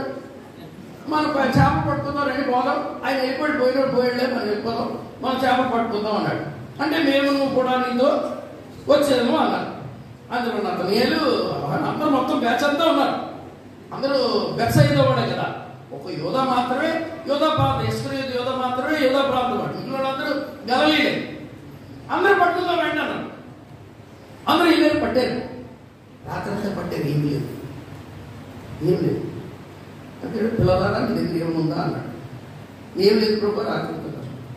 అక్కడ టైంకి యేసు ప్రభు ఉన్న దగ్గర అక్కడ ఏముందో తెలుసా? కట్టెలను, నిప్పు మీద కాలుతున్న చేపలను, రొట్టి ఉన్నాయి.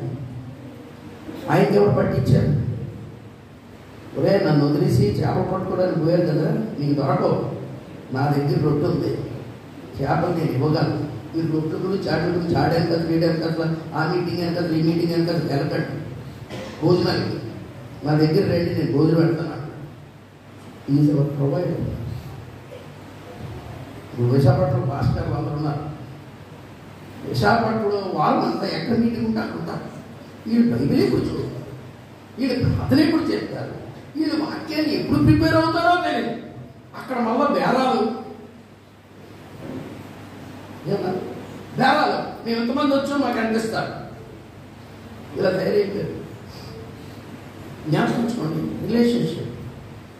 క్రిస్మస్ ఏంటంటే ఇంట్లోంచి వెళ్ళిపోయిన ఇంటి పిల్లలు మనం అందరం. మనలో ఉన్న ఆత్మ ఎవరిది? ఆయన రిలేటెడ్ మనం. కాకపోతే ఆయన దూరం అయిపోయాడు. అలాగే దూరం అయిపోయిన వారం మనం ఏమైపోయాడు? దాసులం అయిపోయాడు, బానిసం అయిపోయాడు, కుమారత్వాన్ని కోల్పోయాం.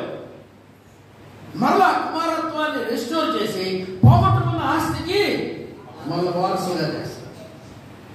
ఇది క్రిస్మస్. ఇక్కడి నుంచి వెంటనే అయిపోతాం. కుమారత్వం, ఈ కుమారత్వాన్ని గురించి మాట్లాడతాం. ఇది ఎలా వస్తుంది? రోమిలికి రాసిన పత్రిక 8వ అధ్యాయం 8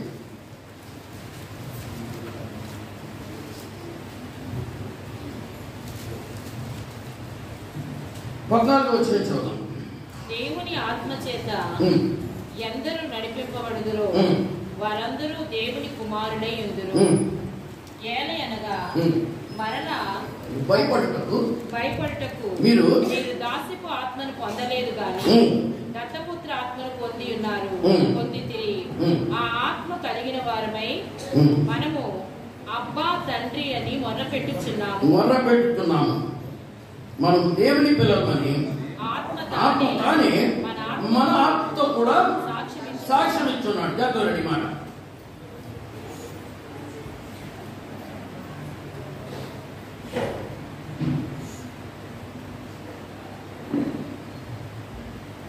ఈ అంశస్తులు వినాలి. వాటిని విని మన పిల్లలు వినాలి. బైబిల్, చర్చ్ అంటే, పాటలు అంటే ఏంటో తెలియదు వీళ్ళు వినాలి. ఇప్పుడు ఈ భయపడుటకు మనము దాస్యపాత్మను పొందలేదు అన్నాడు. ఈ 8వ అధ్యాయం రాయడంలో ఈ బుక్కి ద సెంటర్ రోమిలకు రాసిన పత్రికలో ఇది మాగ్నా కార్టా అన్నారు. చాలా అతి ప్రాముఖ్యమైనది. ఒక క్రైస్తవ జీవితానికి రోమిలకు రాసిన పత్రిక 8వ అధ్యాయం చాలా అతి ప్రాముఖ్యమైనది. ఎందుకంటే 3వ అధ్యాయం 23వ వచనం ప్రకారం, మొదటి అధ్యాయం 16, 18, 15, 20 వచనాల ప్రకారం, మొదటి అధ్యాయం 18వ వచనం నుంచి ఏంటంటే, మొదటి అధ్యాయం రోమిలకు రాసిన పత్రిక మొదటి అధ్యాయం 18, సత్యము చేత దుర్నీతి చేత సత్యమును అడ్డగించు మనుష్యుల యొక్క సమస్త దుర్నీతి మీదను భక్తిహీనత మీదను దేవుని ఉగ్రత పరలోకము నుండి. ఎందుకు దేవుణ్ణి దేవుడిగా వాడు గుర్తించలా? దేవుని యొక్క మహాశక్తి ఈ సృష్టిలో కనబడుతున్నా దేవుడిని దేవుడిగా గుర్తించకుండా దేవుడి నుంచి బయటకు వచ్చి, ఏ దేవుడైతే ఈ సృష్టిని మీరు లోపరుచుకొని ఏలండి అన్నాడో ఆ సృష్టి చేత ఏలబడుతూ దాక్షులకు వెళ్ళిపోయారు. అందుకే వాళ్ళు ఏం చేస్తున్నారు? ప్రతిమా స్వరూపాలు చేసుకొని చెట్లకి, పొట్లకి దేవుడు ఆదాం చేసి అన్నింటి మీద అధికారం చేసి నువ్వు రూల్ తీస్తాడు. టైగర్ కమియర్ అన్నాడు, టైగర్ వచ్చింది. లైన్ కమియర్ అన్నాడు, లైన్ వచ్చింది. ఎలిఫెంట్ కమియర్ అన్నాడు, వచ్చింది. నోహో పిలిచాడు, అలాగే అందరూ వచ్చేవాడు. దాని పాపం చేయడం వల్ల 8వ అధ్యాయం నుంచి మనం చూస్తాం అవి వైల్డ్ బీస్ట్లు అయ్యి. అంతవరకు వైల్డ్ బీస్టులు కాదు, సాధు జంతువులు ఏమని. ఫ్రాన్సిస్ ఆఫ్ అసిసి అని ఒక దైవజనుడు బయోగ్రఫీ ఇప్పుడు చదవడం. ఫ్రాన్సిస్ ఆఫ్ అసిసి అనే ప్రాంతంలో ఇటలీలో పుట్టాడు ఆయన ఫ్రాన్సిస్ సెయింట్. ఆయన బయోగ్రఫీ చదువుతుంటే అందులో ఒక సంఘటన, 2 సంఘటనలు ఉంటాయి. ఆయన అరణ్యంలో వెళ్తున్నప్పుడు తోడేలు వచ్చి ఆయన మీద పడితే కూర్చొని వెళ్ళగా ఆయన కూర్చోబెట్టి దాని స్టోరీ చెప్పాడు. యేసుప్రభు, దేవుడు నీకు చేసినప్పుడు నువ్వు వైల్డ్ బీస్ట్ కాదు, నువ్వు మామూలు సాధువుని. నువ్వు ఆదాము అందరూ కలిసి ఆడుకునేవారు. ఆదాము అన్నవాడు పాపం చేయడం వల్ల ఎలా తయారయ్యో అని చెప్పి బోధిస్తే ఆ తోడేలు ఈయన చేతిలో చేసి వాగ్దానం చేసింది, ఎప్పుడు ఏమి నేను ఎలా చేయనని. పక్క ఊరికి తీసుకెళ్ళి ఈ తోడేలు వచ్చి నీ గొర్రెల్ని, మేక పిల్లల్ని, కోడి పిల్లలు పట్టుకుపోతుంది కదా. ఎందుకు పట్టుకుపోతుందంటే తిండి దొరక రోజు టైం తింటేట ఎవరిని పట్టుకెళ్ళాలంటే వాళ్ళు రెగ్యులర్గా భోజనం పెట్టడం మొదలుపెట్టాడు. ఆయన శిష్యుడు ఒకడు ఉండేవాడు. ఆయన ఒకసారి సముద్రపోటుకి వెళ్ళి ఈ జలాల దగ్గర చేపలు పట్టే వాళ్ళతో ఏమో సువార్త ప్రకటిస్తాడు. ఎవరు వెళ్ళరు. అప్పుడు అంటాడు, చేపలారా రండి మీకు సువార్త ప్రకటిస్తాను అంటాడు. అలాగే చేపలన్నీ గబగబా ఒడ్డుకొస్తే ఈ జలాలకు అందరికీ బుర్రపాడైపోతుంది. చేపలు సువార్త విన్నాయి. మనుషుడు దేవుడు ఇచ్చిన మొట్టమొదటి ఆశీర్వాదం పెట్టి పెళ్లి చేశారు. అందరికీ ఆదామవులకు ఇచ్చిన ఆశీర్వాదం ఏంటే సార్? మీరు ఫలించి అభివృద్ధి పొంది భూమిని నింపి. అక్కడ ఆగిపోయాం మనం. భూమిని ఎప్పుడో దాకే విస్తరించి దాన్ని లోపరుచుకొని దాన్ని ఏలుడి. ఏమన్నాడు? మనం దాన్ని సృష్టిని మనం ఏలాలి. చెట్టు మన మాట వినాలి, పుట్ట మన మాట వినాలి, జంతువు మన మాట వినాలి. కానీ ఆ కనబడగానే బాగా పడిపోయాం. ఇందాక ఎవడో జోకులు వేస్తాడు. అది జోకులు ఏంటంటే ఆవిడ అడుగుతుంది, ఏమంటే మనం అలా ఆయన ఫోన్ చేసింది, ఏమంటే మనం దాన్ని ఏమంటే నాలుగు చదువుతుంది అట్లా పాలేయండి ఎలాగో మీరు రారా అన్నారు. లేదు నేను ఆన్లైన్లో బుక్ చేశాను అన్నాడు. ఏంటిదన్నా నాన్ పవన్ బుక్ చేస్తున్నది మన ఇంటికి వచ్చేస్తుంది, మన ఇంట్లో కొట్టి వేసేస్తాం, మనం ఆన్లైన్ వేసేస్తాం, ఆన్లైన్లో వస్తుంది ఆన్లైన్లో పోతాను అంటే సిస్టమ్ అలా మారిపోయింది. దానికి మనం సాగిలపడి మొక్కే పరిస్థితి వచ్చింది. అవి మనకి సబ్మిషన్గా ఉండాలి. పర్వత రాజ్యంలో ఏముంటుందో తెలుసా? బాలుడు, కోడినాలు, పదమసింహం, పులి అందరు కలిపి మళ్ళా ఆటలాడుకుంటారు. అంటే ఏదైనా వనంలో ఏమైందని దాని గురించే రాస్తూ ఒక్క వచనం చూపించి మళ్ళీ ముందుకు వెళ్తాను. ఇక్కడ ఈ మరణం భయపడడం అనే దాన్ని ఇందులో 18వ వచనం చదవండి. 19వ వచనం 8:19 దేవుని గురించి తెలియశక్యమైనదేదో అది వారి మధ్య విశదమై ఉన్నది. అంటే ఒకటో అధ్యాయంలో రోమ 8 దేవుని కుమారుల ప్రత్యక్షత కొరకు సృష్టి మిగులు ఆశతో తేల్చొచ్చు. అంటే దాని అర్థం ఏంటో తెలుసా? చెట్టు కింద నిలబడితే చెట్టు అంటుందిరే నువ్వు ఎప్పుడున్నా బాగుపడతావు, నువ్వు మారు మనసు పొందితే నాకు ఈ శాపం పోద్ది, నువ్వు తెలుసు కదా. దేవుడు ఆదాముని అడిగాడు, నేను తిరుగుతున్న పండు తిన్నాను, ఈ స్త్రీ తినిపించినాను, ఈ స్త్రీ అన్నది అలా పాము తినిపించినాను. అప్పుడు ఆదాము శపించాడు, స్త్రీని శపించాడు, పాము శపించాడు, తర్వాత భూమిని శపించాడు. The whole creation is under curse. గచ్చ మొదలు ముండ్ల తొప్పులు పెరగడం అనేది అప్పటి నుంచే స్టార్ట్ అయింది. The creation was curse. ఆ క్రియేషన్ అంట మన ముఖాలు చూస్తూ ఉంటుందండి, చెట్లు పుట్లు తొప్పులని ఎప్పుడో బాగుపడుతుంది. అదే అంట దేవుని కుమారుల ప్రత్యక్షత సృష్టి మిగిలిన ఆశతో తేల్చొచ్చు తనలో తాను. It's groaning. ఇక్కడ 3 గ్రోనింగ్లు ఉంటాయి ఈ అధ్యాయంలో. సృష్టి మిగిలిన గ్రోన్, అది గ్రోన్ చేస్తుంది. రెండోది ఏంటంటే, రెండో విషయం చెప్తాను. ఈ రెండో విషయం చెప్పకముందు 7వ అధ్యాయం చెప్తాను. 7వ అధ్యాయంలో పౌలు, ఈ పౌలు అనే వ్యక్తి పారసీ, పుట్టుకతోనే పరిసయ్యుడు. పరిసయ్యులు అన్నవాడు ఏంటంటే వెరీ స్ట్రాంగ్ రిలీజియస్ ఆర్థడాక్సీలు అనమాట. ఉపవాసం చేసే రోజు ఉమ్ము కూడా మింగరు, ఉదయం నుంచి ఉమ్ము కూడా మింగరు, అంత ఆర్థడాక్సీలో. అలాంటి ఆర్థడాక్సీ పౌలు ఏ స్టాండర్డ్కి వెళ్ళాడంటే ఫిలిప్పీలకు రాసిన పత్రిక 2వ అధ్యాయంలో ఒక టెస్టిమనీ ఇచ్చాడు.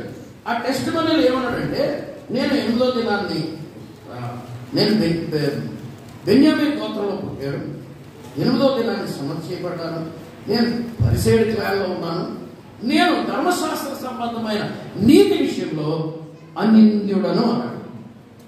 ఎవడో అలా అనలేడు. No man can say that. 3వ అధ్యాయం 23వ వచనం ప్రకారం రోమిలకు రాసిన పత్రికలో ఏ భేదం లేదు, అందరు పాపం చేసి దేవుడు అనుగ్రహించి మహిమను పొందలేకపోతున్నారు. అలాంటి టైంలో ఈ పౌలు ఏమంటే నేను అనింద్యుడను అన్నాడు. అన్బ్లెమిష్ అన్న వ్యక్తి ఇక్కడ రోమిలకు రాసిన పత్రిక 7వ అధ్యాయంలో అంటాడు, హౌ రచ్చడ ఏమన్నాడు. ఏమన్నాడు 24వ వచనంలో, అయ్యో నేనెంత దౌర్భాగ్యుడిని అన్నాడు. బలహీనుడిని అన్నాడు. దౌర్భాగ్యుడు, దౌర్బల్యం వేరు, బలహీనత వేరు. నీకు బలం ఉండి కూడా ఏమీ చేయలేని పరిస్థితిని దౌర్బల్యం అంటారు. ఒంట్లో బాగులేనప్పుడు నువ్వేం చేయకపోతే అది వేరే సంగతి. ఒంట్లో బలం ఉండి కూడా నువ్వు ఏమీ చేయలేక నిస్సహాయంగా ఉండడాన్ని దౌర్బల్యం అంటాడు. నీ వంటి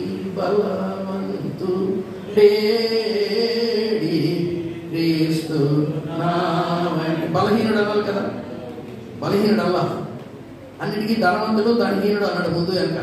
ఇక్కడ మాత్రం ఏమన్నాడు, దౌర్బల్యుడు ఏడి అన్నాడు.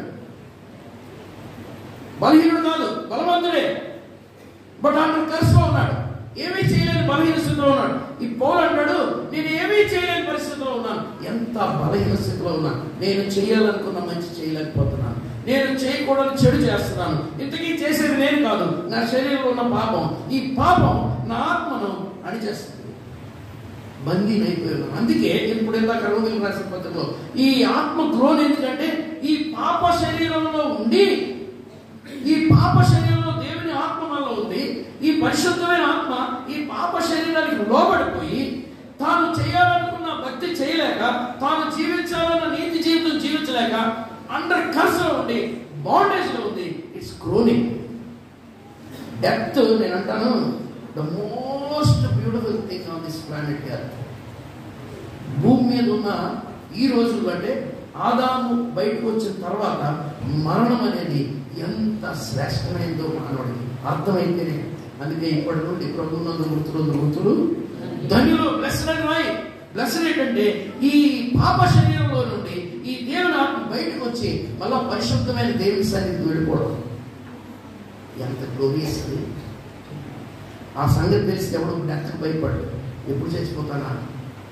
నాకు భలే ఇష్టమైన పాట. అద్దరికి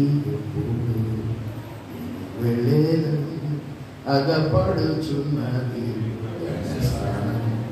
ఎప్పుడు వెళ్ళిపోతానా ఆశపడుతూ ఉంటుంది ఆత్మ. మీకు అర్థం. ఇప్పుడు ఈ కుమారత్వాన్ని ఎలా పొందుకుంటాము అని అంటే సంఘంలో 2 విషయాలు ఉన్నాయి. 3వ అధ్యాయం యోహాను సువార్తలో నికోదేము యేసుప్రభు దగ్గరికి వచ్చాడు. నువ్వు దేవుని కుమారుడు అని నాకు అర్థమైందా? నేను కాదు నీకు అర్థం ఉండవు, నువ్వెవడో నీకు అర్థం అవ్వాలని ఏమన్నాడు? వాడు తిరిగి జన్మిస్తేనే కానీ, వాడు కొత్తగా జన్మిస్తేనే కానీ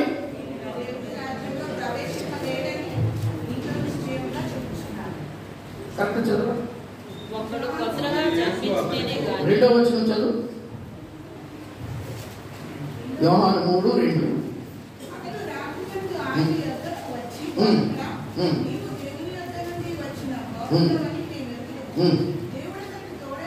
కానీ ఇలాగే ఎవడో చేయలేడు అన్నాడు. నెక్స్ట్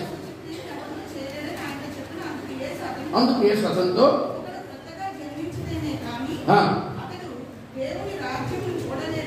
ఏంటుందా ఏమంది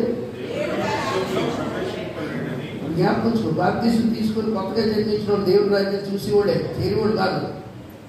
గుడికి వచ్చేవాడు అంతా ఎవరు? బాప్తిసం తీసుకొని కొత్తగా జన్మించినవాడు, గుడికి వచ్చినవాడు. దేవుని రాజ్యం ఇక్కడికి చూడటం వరకే, వెళ్ళిపోవడానికి లేదట సీను. ఇది అర్థం చేసుకోవాలి. చూడటం వరకే. తిరిగి వాడు ఎవరంటే 5వ వచనం చదువు. అప్పుడే అంటే ఏమన్నాడంటే ఇదేంటి, నేను మళ్ళా తల్లి గర్భంలోకి వెళ్తాను, నేను ముసలోడు అయిపోయాను, నేను ఎలా పుడతానంటే అప్పుడు ఆయన చెప్తున్నాడు, ఒకడు నీటి మూలముగాను ఆత్మ మూలముగాను జన్మించితేనే కానీ దేవుని రాజ్యంలో వెరలి వెరలి ఐసే అంటూ అన్నాడు అన్నమాట. యేసు ప్రభువారు తన నోటితో ఏమన్నాడంటే నిశ్చయముగా నేను చెప్పేది ఏంటంటే ఒకడు నీటి మూలముగాను ఆత్మ మూలంగాను తిరిగి జన్మిస్తేనే కానీ పరలోక రాజ్యాన్ని చేరలేడు. ఏమనుకోదు. ట్రెడిషనల్ చర్చెస్, డినామినేషన్ చర్చెస్ భారతదేశం తీసుకొని లోపలికి వచ్చి బల్ల తీసేసుకుంటే పరలోకానికి వెళ్ళిపోయిన అనుకుంటున్నాను. పాపమంతా చేసి బల్ల తీసుకొని దేవుడితో క్షమాపణ కోరుకుంటే పరలోకానికి వెళ్ళిపోతున్నాను అనుకుంటున్నాను. ఆ మధ్య మొత్తం చదువుతుంటే మార్క్స్ వార్తలో వచ్చాను చదువుతుంటే ఆ మొక్క పుచ్చుకోగానే యేసు ప్రభు వారు రొట్టె విరిచి ఇలా ఇచ్చాడు. ఆ మొక్క పుచ్చుకోగానే ఏది వచ్చిందంట? సాతాను వారిలో ప్రవేశించిందంట. రొట్టె పుచ్చుకోగానే పరలోకానికి వెళ్ళవు. కొన్నిసార్లు సాతాను వస్తాడు నీ దగ్గరికి. చాలా మందికి తెలియదు ఆ సంగతి. నేను రొట్టె ముక్కలు కొట్టుకున్నాను, నేను వెళ్ళి నేను కమ్యూనియన్ తీసుకున్నాను, నేను హోలీ అవుతాను, హోలీ అనుకుంటున్నాను చాలా మంది. ఆ పుచ్చుకొని వాడు చీకట్లోకి వెళ్ళినట్టు రాయబడి ఉంది. ఈ వెంట్ ఇంటు ది డార్క్నెస్.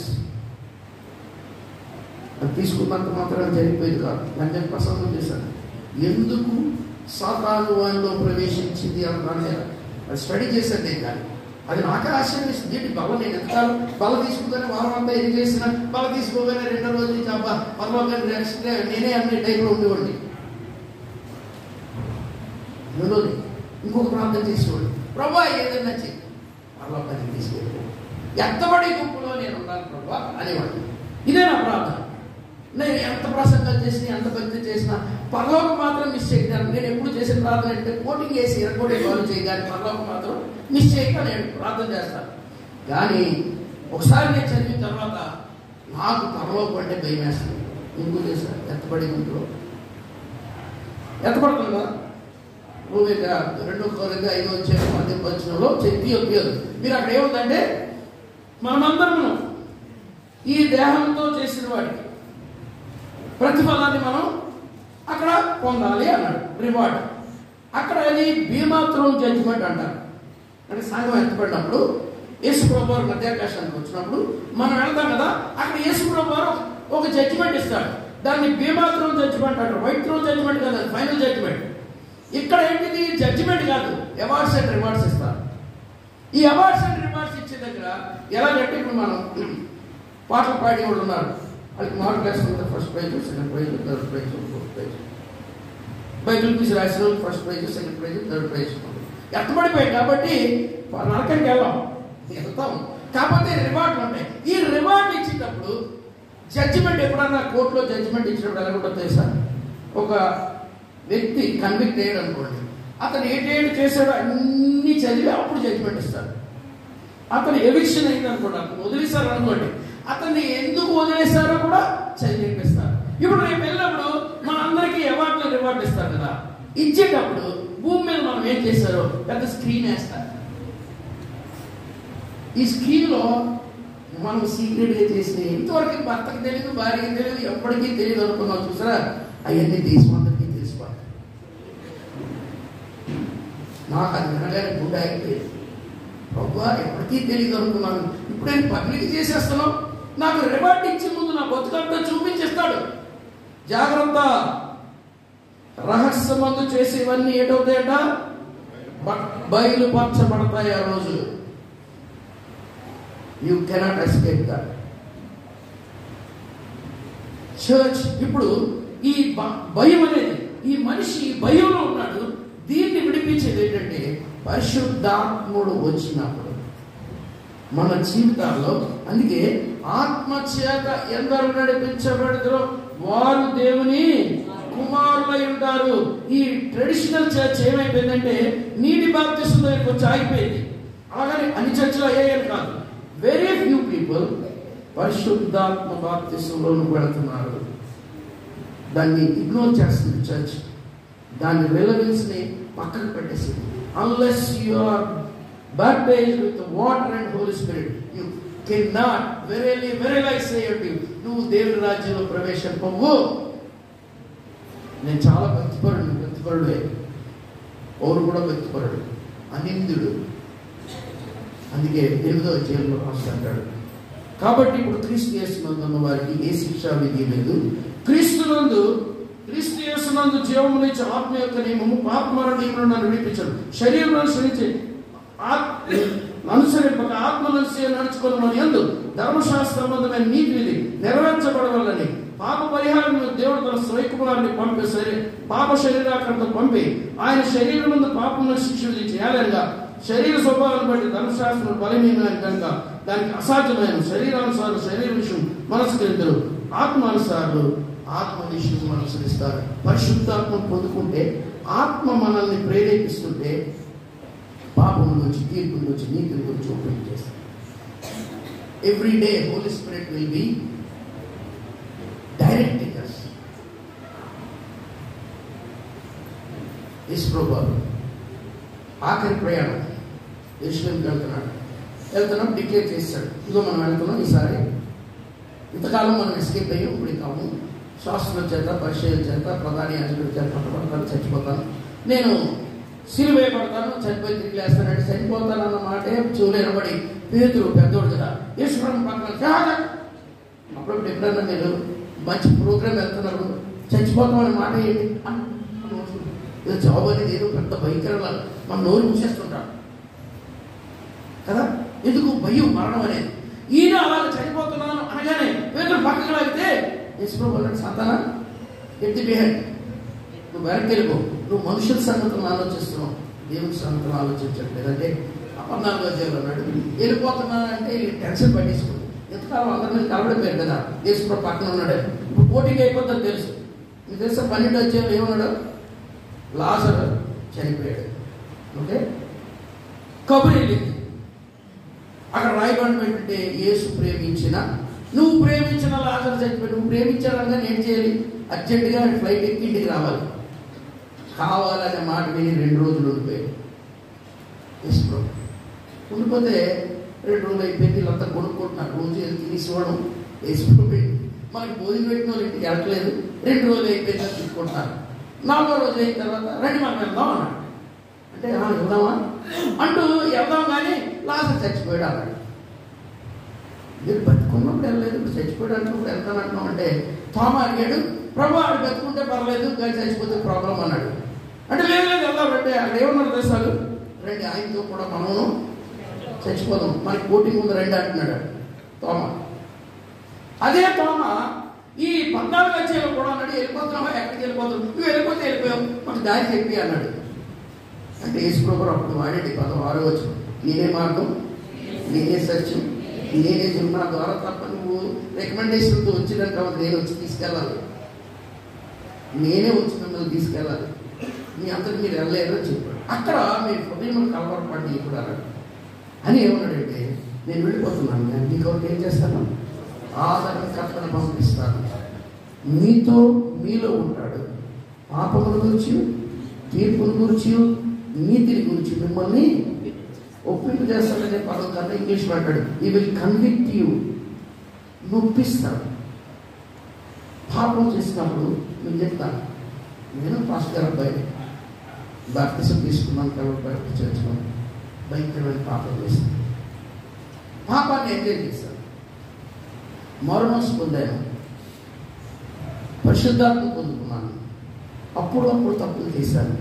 ప్రతి తప్పు చేసినప్పుడు నేను పడినంత పశ్చాత్తాపం ఎవరు.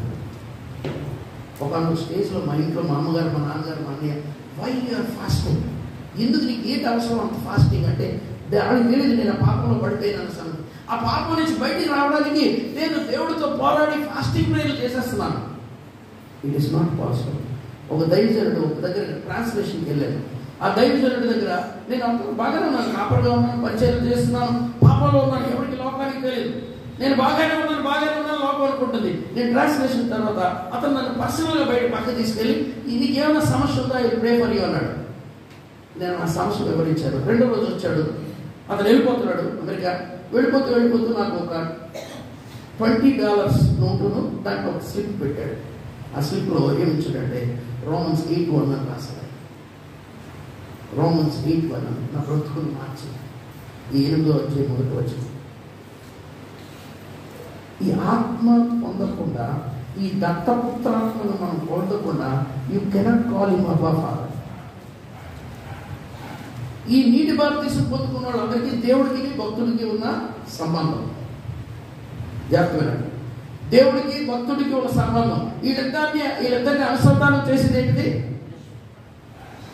భగవంతుడికి భక్తుడికి మధ్య అనుసంధానం చేసేది ఏంటిది, అంబికా దర్బార్ అగరబత్తి. దేవుడికి భక్తుడికి కాదు, నీకు ఆయనకి మధ్యలో father daughter, father son relationship రావాలి. ఈ relationship only through the holy spirit. పరిశుద్ధాత్మ చేత మీరు దత్తపుత్ర అడాప్షన్. నేను మొన్న ఈ కాంటెక్స్ట్లో మాట్లాడుతున్న టైంకి నా ఎదురు ఒక అమ్మాయి హియర్ని చర్చ్లో, వాళ్ళ ఫాదర్ 6 పిల్లలు తండ్రి, వాళ్ళ వైఫ్ వాళ్ళ సిస్టర్ ఉంది, వాళ్ళ స్టాఫ్ నర్స్. ఈ ఆఖరి అమ్మాయి, వాళ్ళకి పిల్లలు లేరు, ఈ ఆఖరి అమ్మాయిని వాళ్ళకి ఇచ్చేస్తారు. జస్ట్ వాళ్ళ ఇంట్లో పెరిగింది. వాడు తండ్రి కూతురు స్కూల్లో స్కూల్లో చదివించాడు, పెద్ద చేశాడు. ఆయన పాస్టర్ అయ్యాడు. మదర్ చనిపోయింది.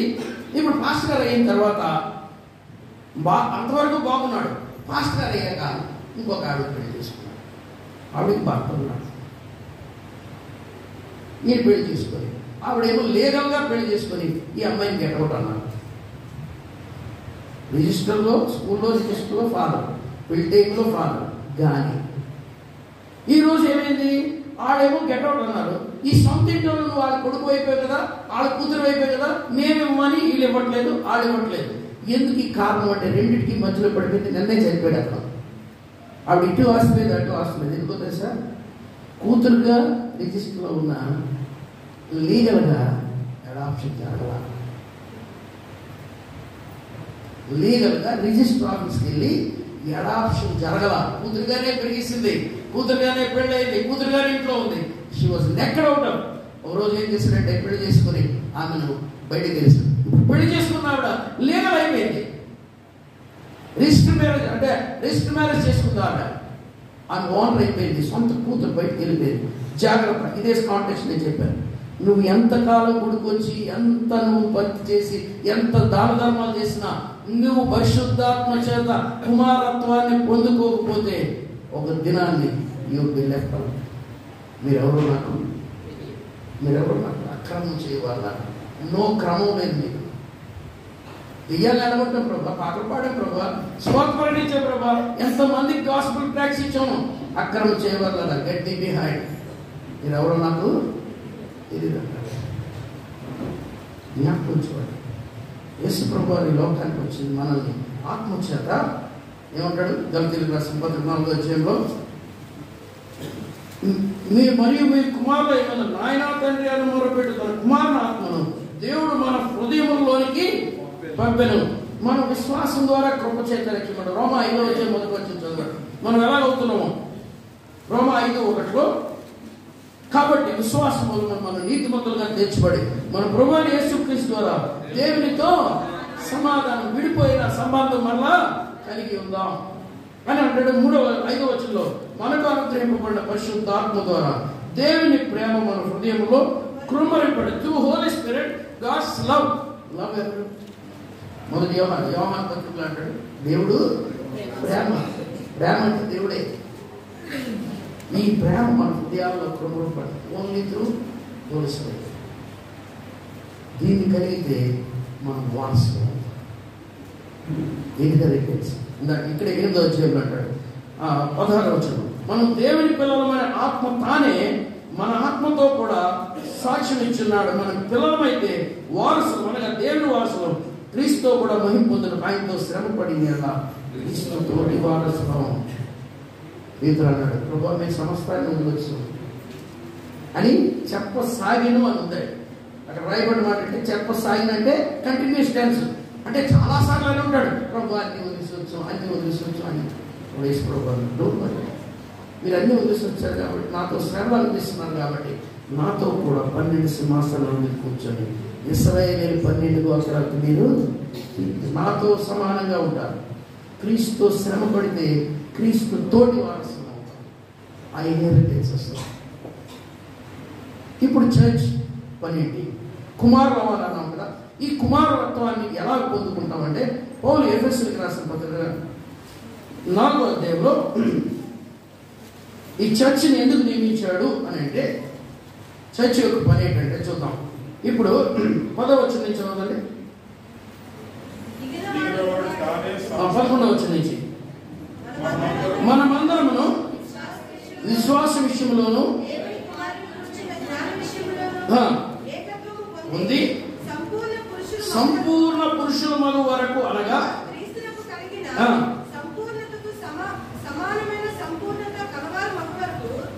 ఇలా నియమించాను. ఎలా నియమించాడు? ఏంటి నియమించాడు? 3 విషయాలు చెప్తాను. బైబిల్ భాషలో తండ్రి చేత ఇవ్వబడిని 3, దేవుడు ఇచ్చిన కొన్ని, యేసు ప్రభువు వారు ఇచ్చిన కొన్ని, పరిశుద్ధాత్మ ఇచ్చిన కొన్ని. రోమిలికి రాసిన పత్రిక 12వ అధ్యాయంలో మనం ఈ 3 చూస్తాం. ఈ డిస్టింక్షన్ కార్యాలు ఆత్మ. చూడండి రోమిలికి రాసిన పత్రిక 12వ అధ్యాయం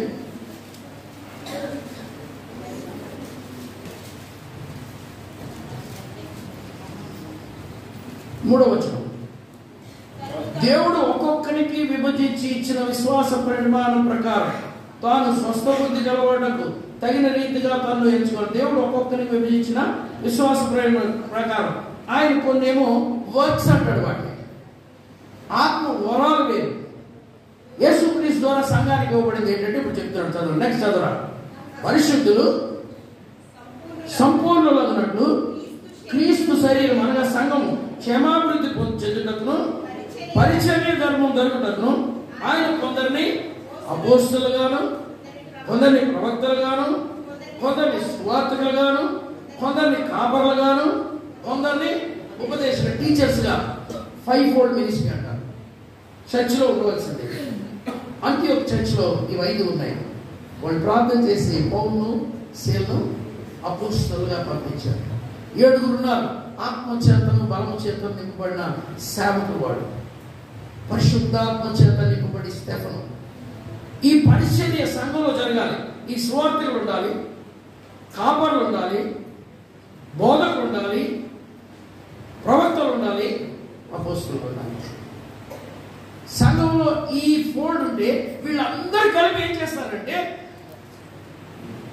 అంటే దేవుని సన్నిధిలో నుండి బయటకు వచ్చి దేవుని స్వరూపాన్ని కోల్పోయి సాతాను స్వరూపాన్ని కలిగిన మానవులందరూ కూడా మరలా దేవుని స్వరూపంలోకి మలచబడ్డానికి, దేవునికి కలిగిన సంపూర్ణత్వంలోనికి, సమానత్వంలోనికి, క్రీస్తుతోటి వారసులు అవడానికి మనం ఈ చర్చ ఏం చేస్తుందంటే వీళ్ళని సిద్ధపరుస్తాం.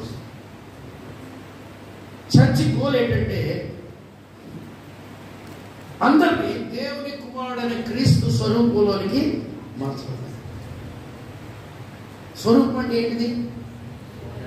దేవుని స్వరూపం ఏంటిది? మోషే అన్నాడు, నేను చూడాలన్నాడు. నేను దయా దాక్షిణ్యం పూర్ణుడు, కృపా సమృద్ధి గల దేవుడు. My character is love, my character is grace, my character is souls. ఆయన మీ నా వ్యక్తిగత జీవితంలో అవి రావాలి, అవి మామూలుగా రావు. అందుకే రెండో పరిచర్య ఏంటంటే హోలీ స్పిరిట్ పరిచర్య. గలతీ 5:22 ఆత్మ చేత నింపబడి, ఆత్మఫలం ఏమనగా ప్రేమ, సంతోషం,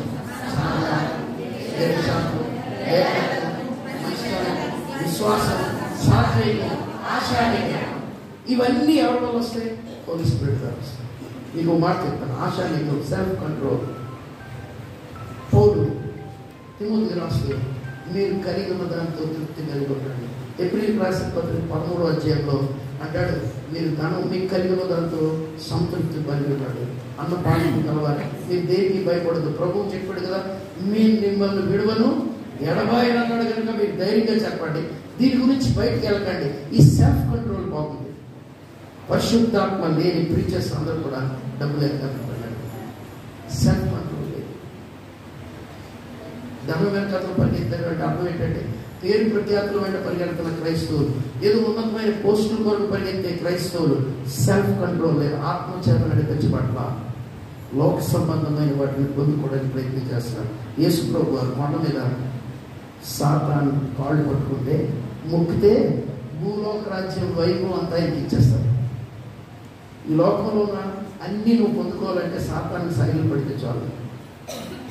గుడికి రానవసరం లేదు, భక్తి అవసరం లేదు, అన్నీ ఇచ్చేస్తాడు. దేవుడి దగ్గరికి వస్తే యేసు ప్రభు 14:25 ఈ లోకాసు ఎవడైనా నన్ను వెంబడింపబోని అది నేను నా భాషలో చెప్తున్నా. రావాలని ఉంటే, నాతో పరలోకానికి రావాలని ఉంటే నేను బలవంతం చేయట్లేదు. ఎవడైనా నన్ను వెంబడింపబోని తన తల్లిని అన్నదమ్ములను హాస్టల్ని రాష్ట్రాన్ని అన్ని గురించి నన్ను ప్రార్థన చేసుకున్నాం. చిన్న ప్రార్థన. ఈ యానివర్సరీ రోజు చర్చ్ యేసు ప్రభు ఈ లోకానికి మనల్ని తన కుమారులుగా మార్చుకోవడానికి, వారసులుగా చేయడానికి వచ్చాడు. చర్చిని ఇచ్చాడు. ఈ చర్చ్ పని ఏంటంటే మనల్ని ఆ క్రీస్తు స్వరూపంలోకి, ఆ సంపూర్ణతలోకి మలచడమే. గత అనేక సంవత్సరాలుగా వాళ్ళరాజు గారు ఆధ్వర్యంలో చర్చ్ చేస్తాం అనేది ఇంకా స్వరూపంలోనికి రాకుండా మిగిలిపోతే ఈరోజు ఒక నిర్ణయం తీసుకుందాం. Hour ultimate goal is to be transformed into the image of his only son Jesus Christ, that is Christmas. ప్రభువా, నాకు ఆశ ఓ దినాన్ని నీ దగ్గరికి వచ్చినప్పుడు నీ కుమారుని స్వరూపంలో నేను ఉండాలి, ముఖాముఖిగా నిన్ను చూడగలిగే స్థితిలో నేను ఉండాలి అని ఆశపడితే ఎవరైనా సరే ఈ రోజు దాకా ఈ సత్యంలోకి నడిపించబడకపోతే నీ అంతటా నీ క్రియ ద్వారా నువ్వు అవ్వాలనుకుంటే అప్పు పరిశుద్ధాత్మ చేత నింపబడి పరిశుద్ధాత్ముడు నిన్ను కుమారత్వంలోకి తీసుకెళ్తాడు. అబ్బా తండ్రి అని మొరపెట్టి నిన్ను పాపం నుంచి నీతి నుంచి ఒప్పింపజేసి సర్వ సత్యములోకి నడిపిస్తాడు. పొందుకోకుండా ఉంటే ఈ యానివర్సరీ రోజు చర్చ్ ఐ బిసీచ్ యు, నేను బ్రతిమలాడుతున్నాను, మోసపోవద్దు. నేను చర్చికి వెళ్తున్నాను, చాలా కార్యాలు చేస్తున్నాను, నేనేదో చాలా డబ్బులు ఇస్తున్నాను, అక్రమం చేయవారు అంటారు. క్రీస్తు యేసు కలిగిన మనసు క్రీస్తు స్వరూపంలోకి మార్చబడితేనే మనం నిత్య జీవనం వెళ్తాం. కాపాడు వారు ప్రయాసపడుతున్నారు. వారి మాటలు వినండి, లోబడండి వాక్యానికి. ప్రభు యొక్క స్వరూపంలోనికి మార్చబడడానికి ఇష్టపడండి. ఇష్టపడితే చాలండి. యేసు ఎవడో చూడగోరాడంటే అంతే చెట్టు ఎక్కాడు, యేసు ప్రభు చెట్టుకి తీసుకెళ్ళాడు, మార్చేశాడు.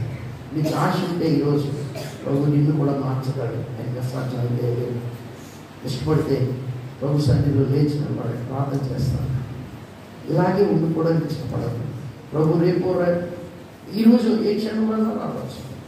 ప్రభు వచ్చినప్పుడు ఆయన స్వరూపంలోనికి మర్చిపడాలని, ఆయన వలే ఉండాలని, ఆయనకు కలిగిన మనసు నీకు ఉండాలని, రాజులైన యాజక సమూహంగా ఉండాలని ఆశపడితే ప్రభు ఈ దినం నుండి నాకు ఆశ రోజు రోజుకి పెంచండి.